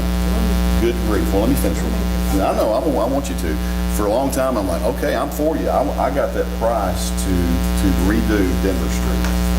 And I'm kind of like you, like, well, let's just go spend $1 million and prove to people what we did. My only problem with that is, and I'm not the one who makes that decision. By the way, I applaud you guys for having $1 million. If it weren't for you, the council, that still wouldn't be there. You could have spent it anytime you wanted to. And I'm new, so I'm more, and Charlotte will tell you, I used to come in her office when I first came in, I'm like, why do we have $1 million in the street department? Why aren't we spending it? Because we got bad roads all over. Thank you. So I'm still a little there, but I'm also now thinking, and it's a good thing that we got some money. There are people, when we go out there for this tax extension, there'll be multitudes of, there'll be a lot of people that will go, if they know we have $1.4 million, well, no wonder our streets are horrible. They're not spending any money to fix them. $1.4 million will fix from Lanny's house, if you know where I'm talking about, most of you do, to Main Street. And when I say fix, that's fixing it to our own standards, widening it like it should be, sidewalks both sides, curb and gutter, street lights, decorative street lights. That's everything with the exception of moving of utilities and the engineering. So the money we have will, let's just say it will do all of it. I don't know that it would, that one section. And it's from Lanny's house, I keep saying that, corner of Denver and Bell Road to Main Street. Certainly a huge statement, money-wise, not necessarily a huge statement for the majority of people that live in Greenwood. I can say with pretty much confidence there are hundreds and hundreds of people that never travel Denver for any reason whatsoever. Certainly it's a high traffic area. I have, and I told Rod this, or Councilman Powell early on, one of my mayor things before I ever ran was to investigate. Sonny and I don't agree on this, but that's okay. We do not agree. That we investigate going from Lanny's house through Mizell's property over through the Clark's property to 96 to do a route of traffic relief, not a bypass. Well, that's what I'm saying. When I say we don't agree, I just want to investigate, and I don't think you disagree with investigating. I'd like to know what it would cost. I'm running into a huge block of the Clarks even wanting to discuss it. So if the Clarks, for instance, aren't wanting to discuss it, it's null and void. There's no need in talking about it. If they don't want to sell their property or give an easement short of us taking it, and I'm not sure, I know, but, so a lot of things play into everything. I like it that it's sitting there. I've asked Sonny, and he's already done it. In fact, I heard today, and we're going to visit with you'll have to remind me who told us we were going to visit with in the highway department. Gary. No, it was tonight. Gary. Well, we talked about it at Regional Lines, but tonight, Gary mentioned the highway department, so we're going to get together to see where we stand. We Greenwood stand on that. We all know that there's been 2 or 3 things drawn up. Highway department has their idea. Former Mayor Edwards had his idea. I think former Mayor Campbell had an idea, and they're all 3 different routes. And former Mayor Selkirk had one. When our committee, Rusty Myers, I thought it was the rest of them, I bought into that. Tell our highway commissioner to come down. When our highway commissioner come down, I was here. 5, 6 years ago, we asked him about that. Can we move ourselves up on the list if we have cash? And the problem with our commissioner is we're at the very southern end of his territory. He's got Bentonville, Rogers, Springdale, all that. What was his name? Dick Trammell. Yeah, Trammell, Dick Trammell.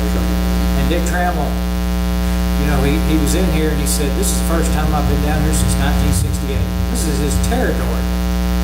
And then he went on to say, when we're talking about our problems, he said, y'all don't have problems. He said, the problems are up there in northwest Arkansas. Made a lot of people mad. And it made a lot of people mad. And we asked him, we've got money, we're saving money, could we be moved up on our list? And he said, no.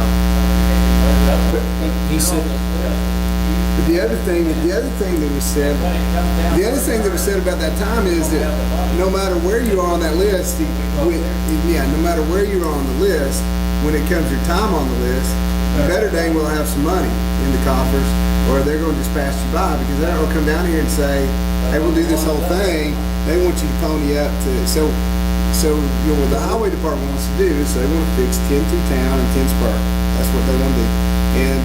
Well, I don't, we asked him, what should we do with the money? He said, you should go work on a local project and improve your traffic through your town. I get confused about who's been where and what conversations were when. And I don't know if This it is was when that Dick guy Campbell was right here in or this the- room. but- They were standing right there, yeah. But I know they also told us, Along with that list, and the next, I think it was up to 2020. And Greenwood had got, the widening of, Ginsburg all the way through town, and also widening, Denver from, Ginsburg to Washington. Those two things, moving down, and the further I go down, the more hurt the money. So how, I'm afraid that, it does, and that depends on how much money, how fast you move down, depends on how much money you stay. so how much, so the question is, how much do they want from us? And he was saying, it's just a matter of when you get there on the list, we're gonna take care of it. And you're, And let's talk about it, and I have to go back and look, but I think on the project of extending or widening 10 down Ginsburg to 71, it was gonna cost us around $400,000. And we talked to him, and I talked to other people, should we get some work in time that would add to it, and, maybe utilities, and stuff like that, that we have to do. But, if the legislature gives the state highway department $10 million next year, that doesn't go down real quick. If they get some $1 million, it's gonna go down real slow. So that's what we're dealing with. well, when you say go down the list, we're not getting bumped down further the list. They're getting closer to us. Right. so, We're getting closer to the, And we're still on the list.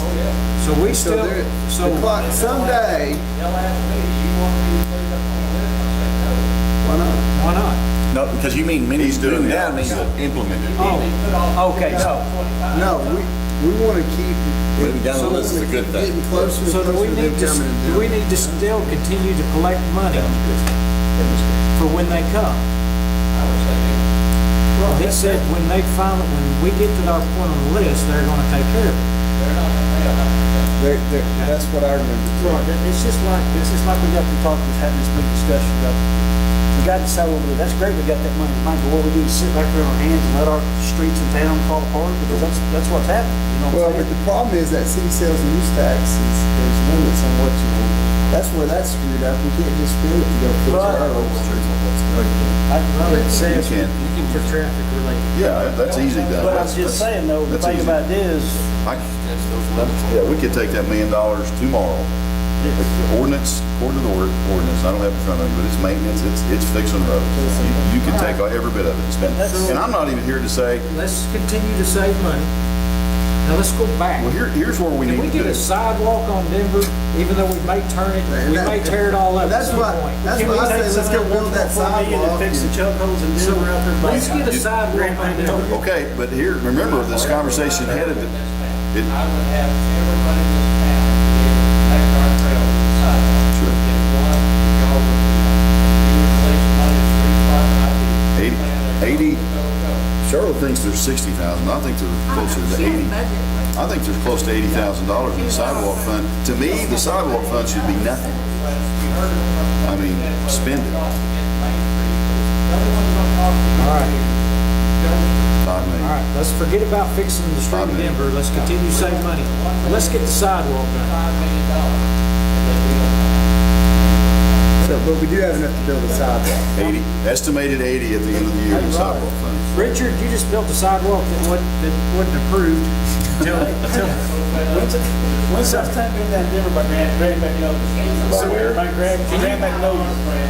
Can that, Denver, can you get, It's, blowing so up. can you get your guys to build us a sidewalk on Denver?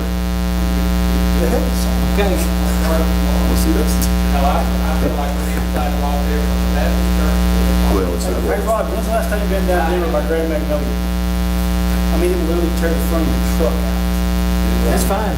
We were talking about building a I'm sidewalk not on worried about Denver. sidewalk, I'm talking about this 1.4 million that we got collected dust, and we got roads out here in Denver from You you can, From your street, I from think they Webster should fix Street it. to 71, I'm But telling I you. still want a sidewalk on But I'm saying, Denver. I'm not against the sidewalk, I'm just saying we need to fix street. Well, I'm not against fixing. So, We need a strategic plan. Yes, we do.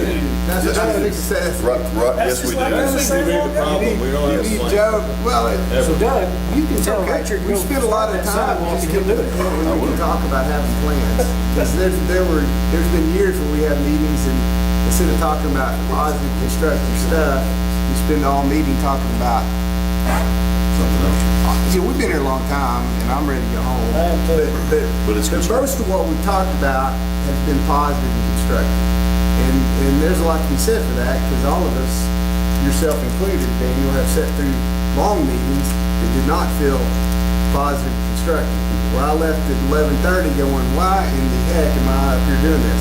And at least with this kind of deal, I feel like we're making some headway, we're doing some What a progress. wonderful problem to figure out what to do with $1.4 million.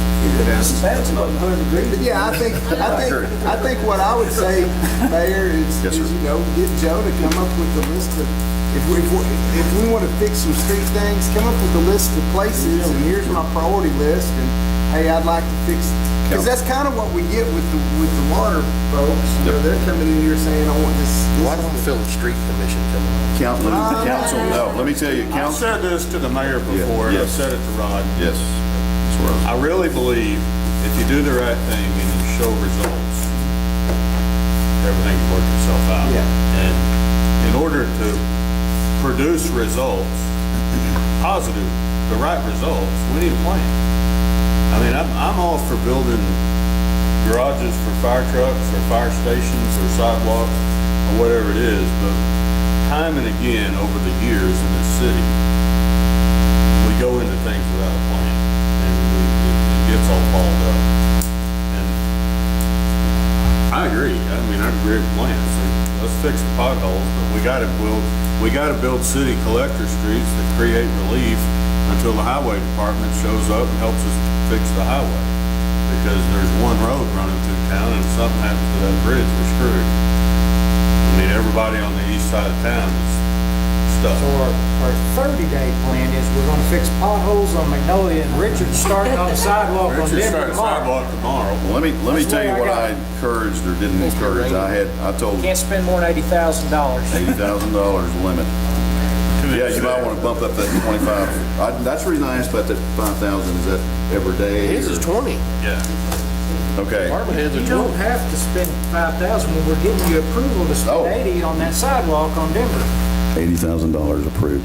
Okay, let me tell you real quick. Joe Manus and I, Joe came to me, by the way, when the street department guy comes to me, I'm just ecstatic because this is a guy that doesn't like to spend money. I mean, he's a frugal kind of guy. Somebody used the word frugal earlier. Joe does not like to spend city money. It's a good thing. It's also very frustrating. And that's why well, it's not because he's got 1.4. There were other people that put that in there before he got here. He came to me the other day about Denver Street specifically. When you said that, I thought that's what he was talking about. He said it's blowing up. It's tearing up. It's gone. And he said, in fact, he came to my office twice to get me right out there with him. And I couldn't. There were two big things going on at the same time, so I couldn't. So I promised him I'd go out there and watch. So we're going to look at that. Yeah, I am not by any means. I don't want anybody going away saying, well, Mayor doesn't want to touch any of that city sales use tax street. That's absolutely not true. I mean, you could spend $400,000 and make a pretty good impression around town and get some stuff done and still have $1 million.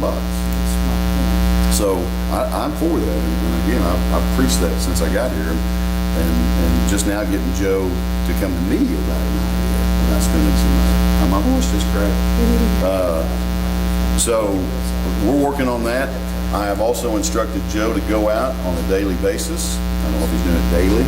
To department heads to back me up. I said, go fill potholes. I don't want to hear anything else, but go fill some potholes and let people see you fill potholes. We've got a tax extension coming up. People need to be happy with what we're doing. You can hand them a gold brick. They don't like it. They want silver. So you're not going to make everybody happy, but we can try our best. So everybody, I've met with the 3 department heads that the tax extension is going to affect more dramatic than anybody else, and we talk about it and we decide what they can do and PR and all those good things, and they're working on that. So we're lot of good things gonna happen, and we're gonna try to address all those things. That sidewalk that you're talking about is heavy on my mind, because I go up there every day and look at them, how in the world do you do this? And there's already been things proven to me that you can do that I didn't think you could do. I mean, when I first went out to the lake with the trail people from Fayetteville, I thought, there's no way you're gonna build a trail right there, and they sure enough did, so. Now that it's heavy on your mind, I'd like to make a motion that we have Richard McKinney spend up to $80,000 building a sidewalk down Denver. Up to 80 for that, just that sidewalk? That we're offering it to the commission to build up to $80,000 on the sidewalk down Denver. You want it other places? Are you even gonna try to look into going down a side road, or you make a short route to the trail? I think you can do What's the both. difference? I think you can do both of real? those. Well, That's real. You made a motion? Yes, that's a motion. So your motion is to move $80,000 from the sidewalk budget to the Parks Commission, Yes. with the intent that money be used to build a path along Denver to connect to the trail.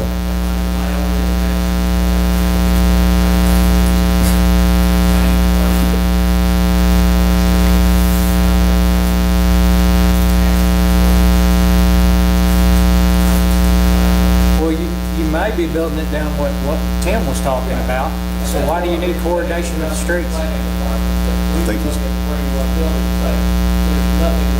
And that's all fine and good, I'm just making the money available for a specific purpose. the street department assisted him, yes.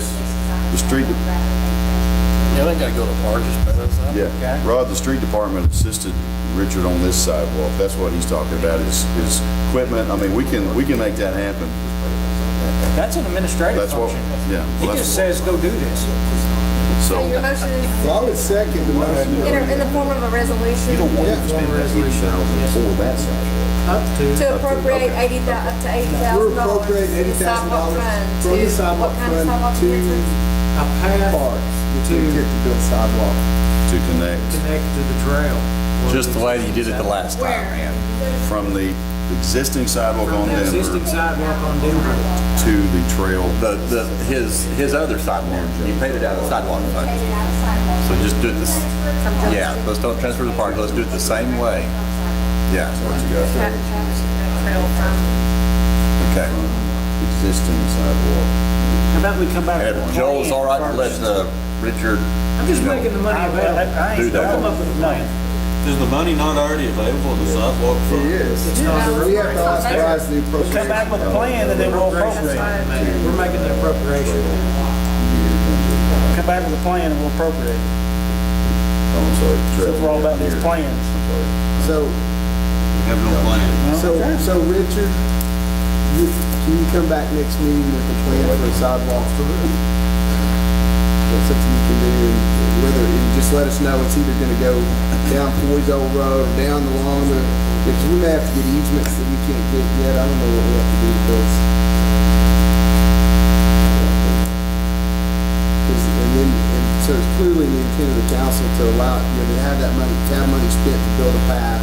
We just want y'all to come back with the options and what you think it's gonna cost to make sure you got the money there. I just want it to be good looking sidewalk. Mayor, I have another motion I'd like to Oh, make. good looking. I think it's a good I'd one. like to make a motion to adjourn. Second. Well, Oh, we need a motion. I have one more thing. Well, we have a motion and no second, and I thought we were just gonna have Richard come with a Dr. plan. Lee seconded it. Really? You did, he said we it. have a set motion and a I second. withdraw my second. I withdraw my motion. Oh my gosh, did all that right. Okay. So you're wanting to plan back? We're wanting to plan back. Okay. But our clear intent is that there's $80,000 available to build a And sidewalk. down Denver. our priority is that street, because to me, that's the most dangerous street people walk down right now in this community. That makes sense. Okay. Did somebody else have somebody? We had a fire the other night, and they said it was building materials, being burned and everything. And then I heard that there was, the fine was not really enough to deter, them doing it again. And I thought that is something that needs to be looked at, to raise the chief.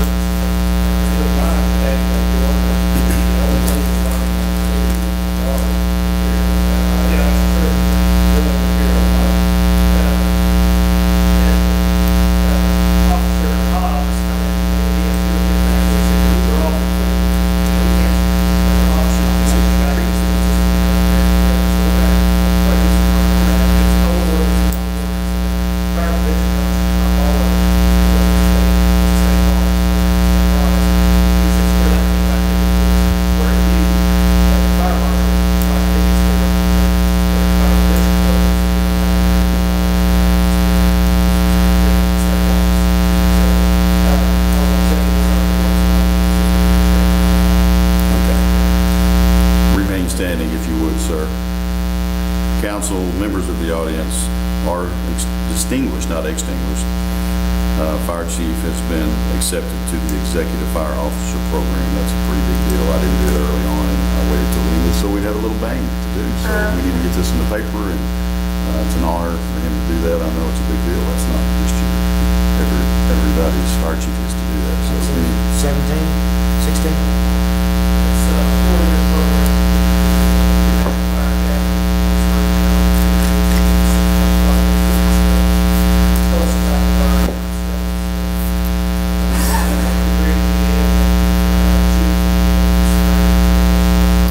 And I think the mayor has to go every year, every other year.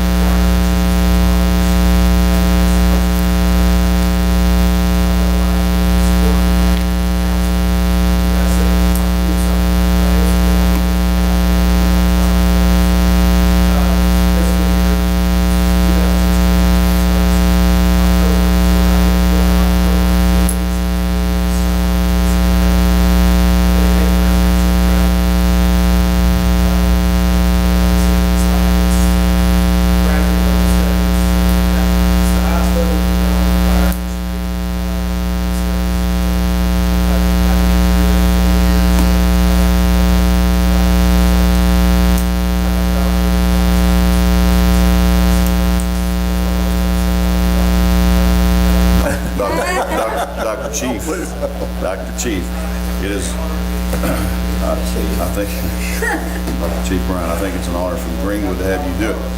And I hope in 4 years, I'm still here to give you an award to do that or certificate. So if there's no other comments or anything from anybody, I would entertain a motion to dismiss. I'm going to be adjourned. There we go. You are dismissed. We got a lot accomplished in 4.5 hours. I got some 18. 3.5, sorry. Yeah. Like, just got here.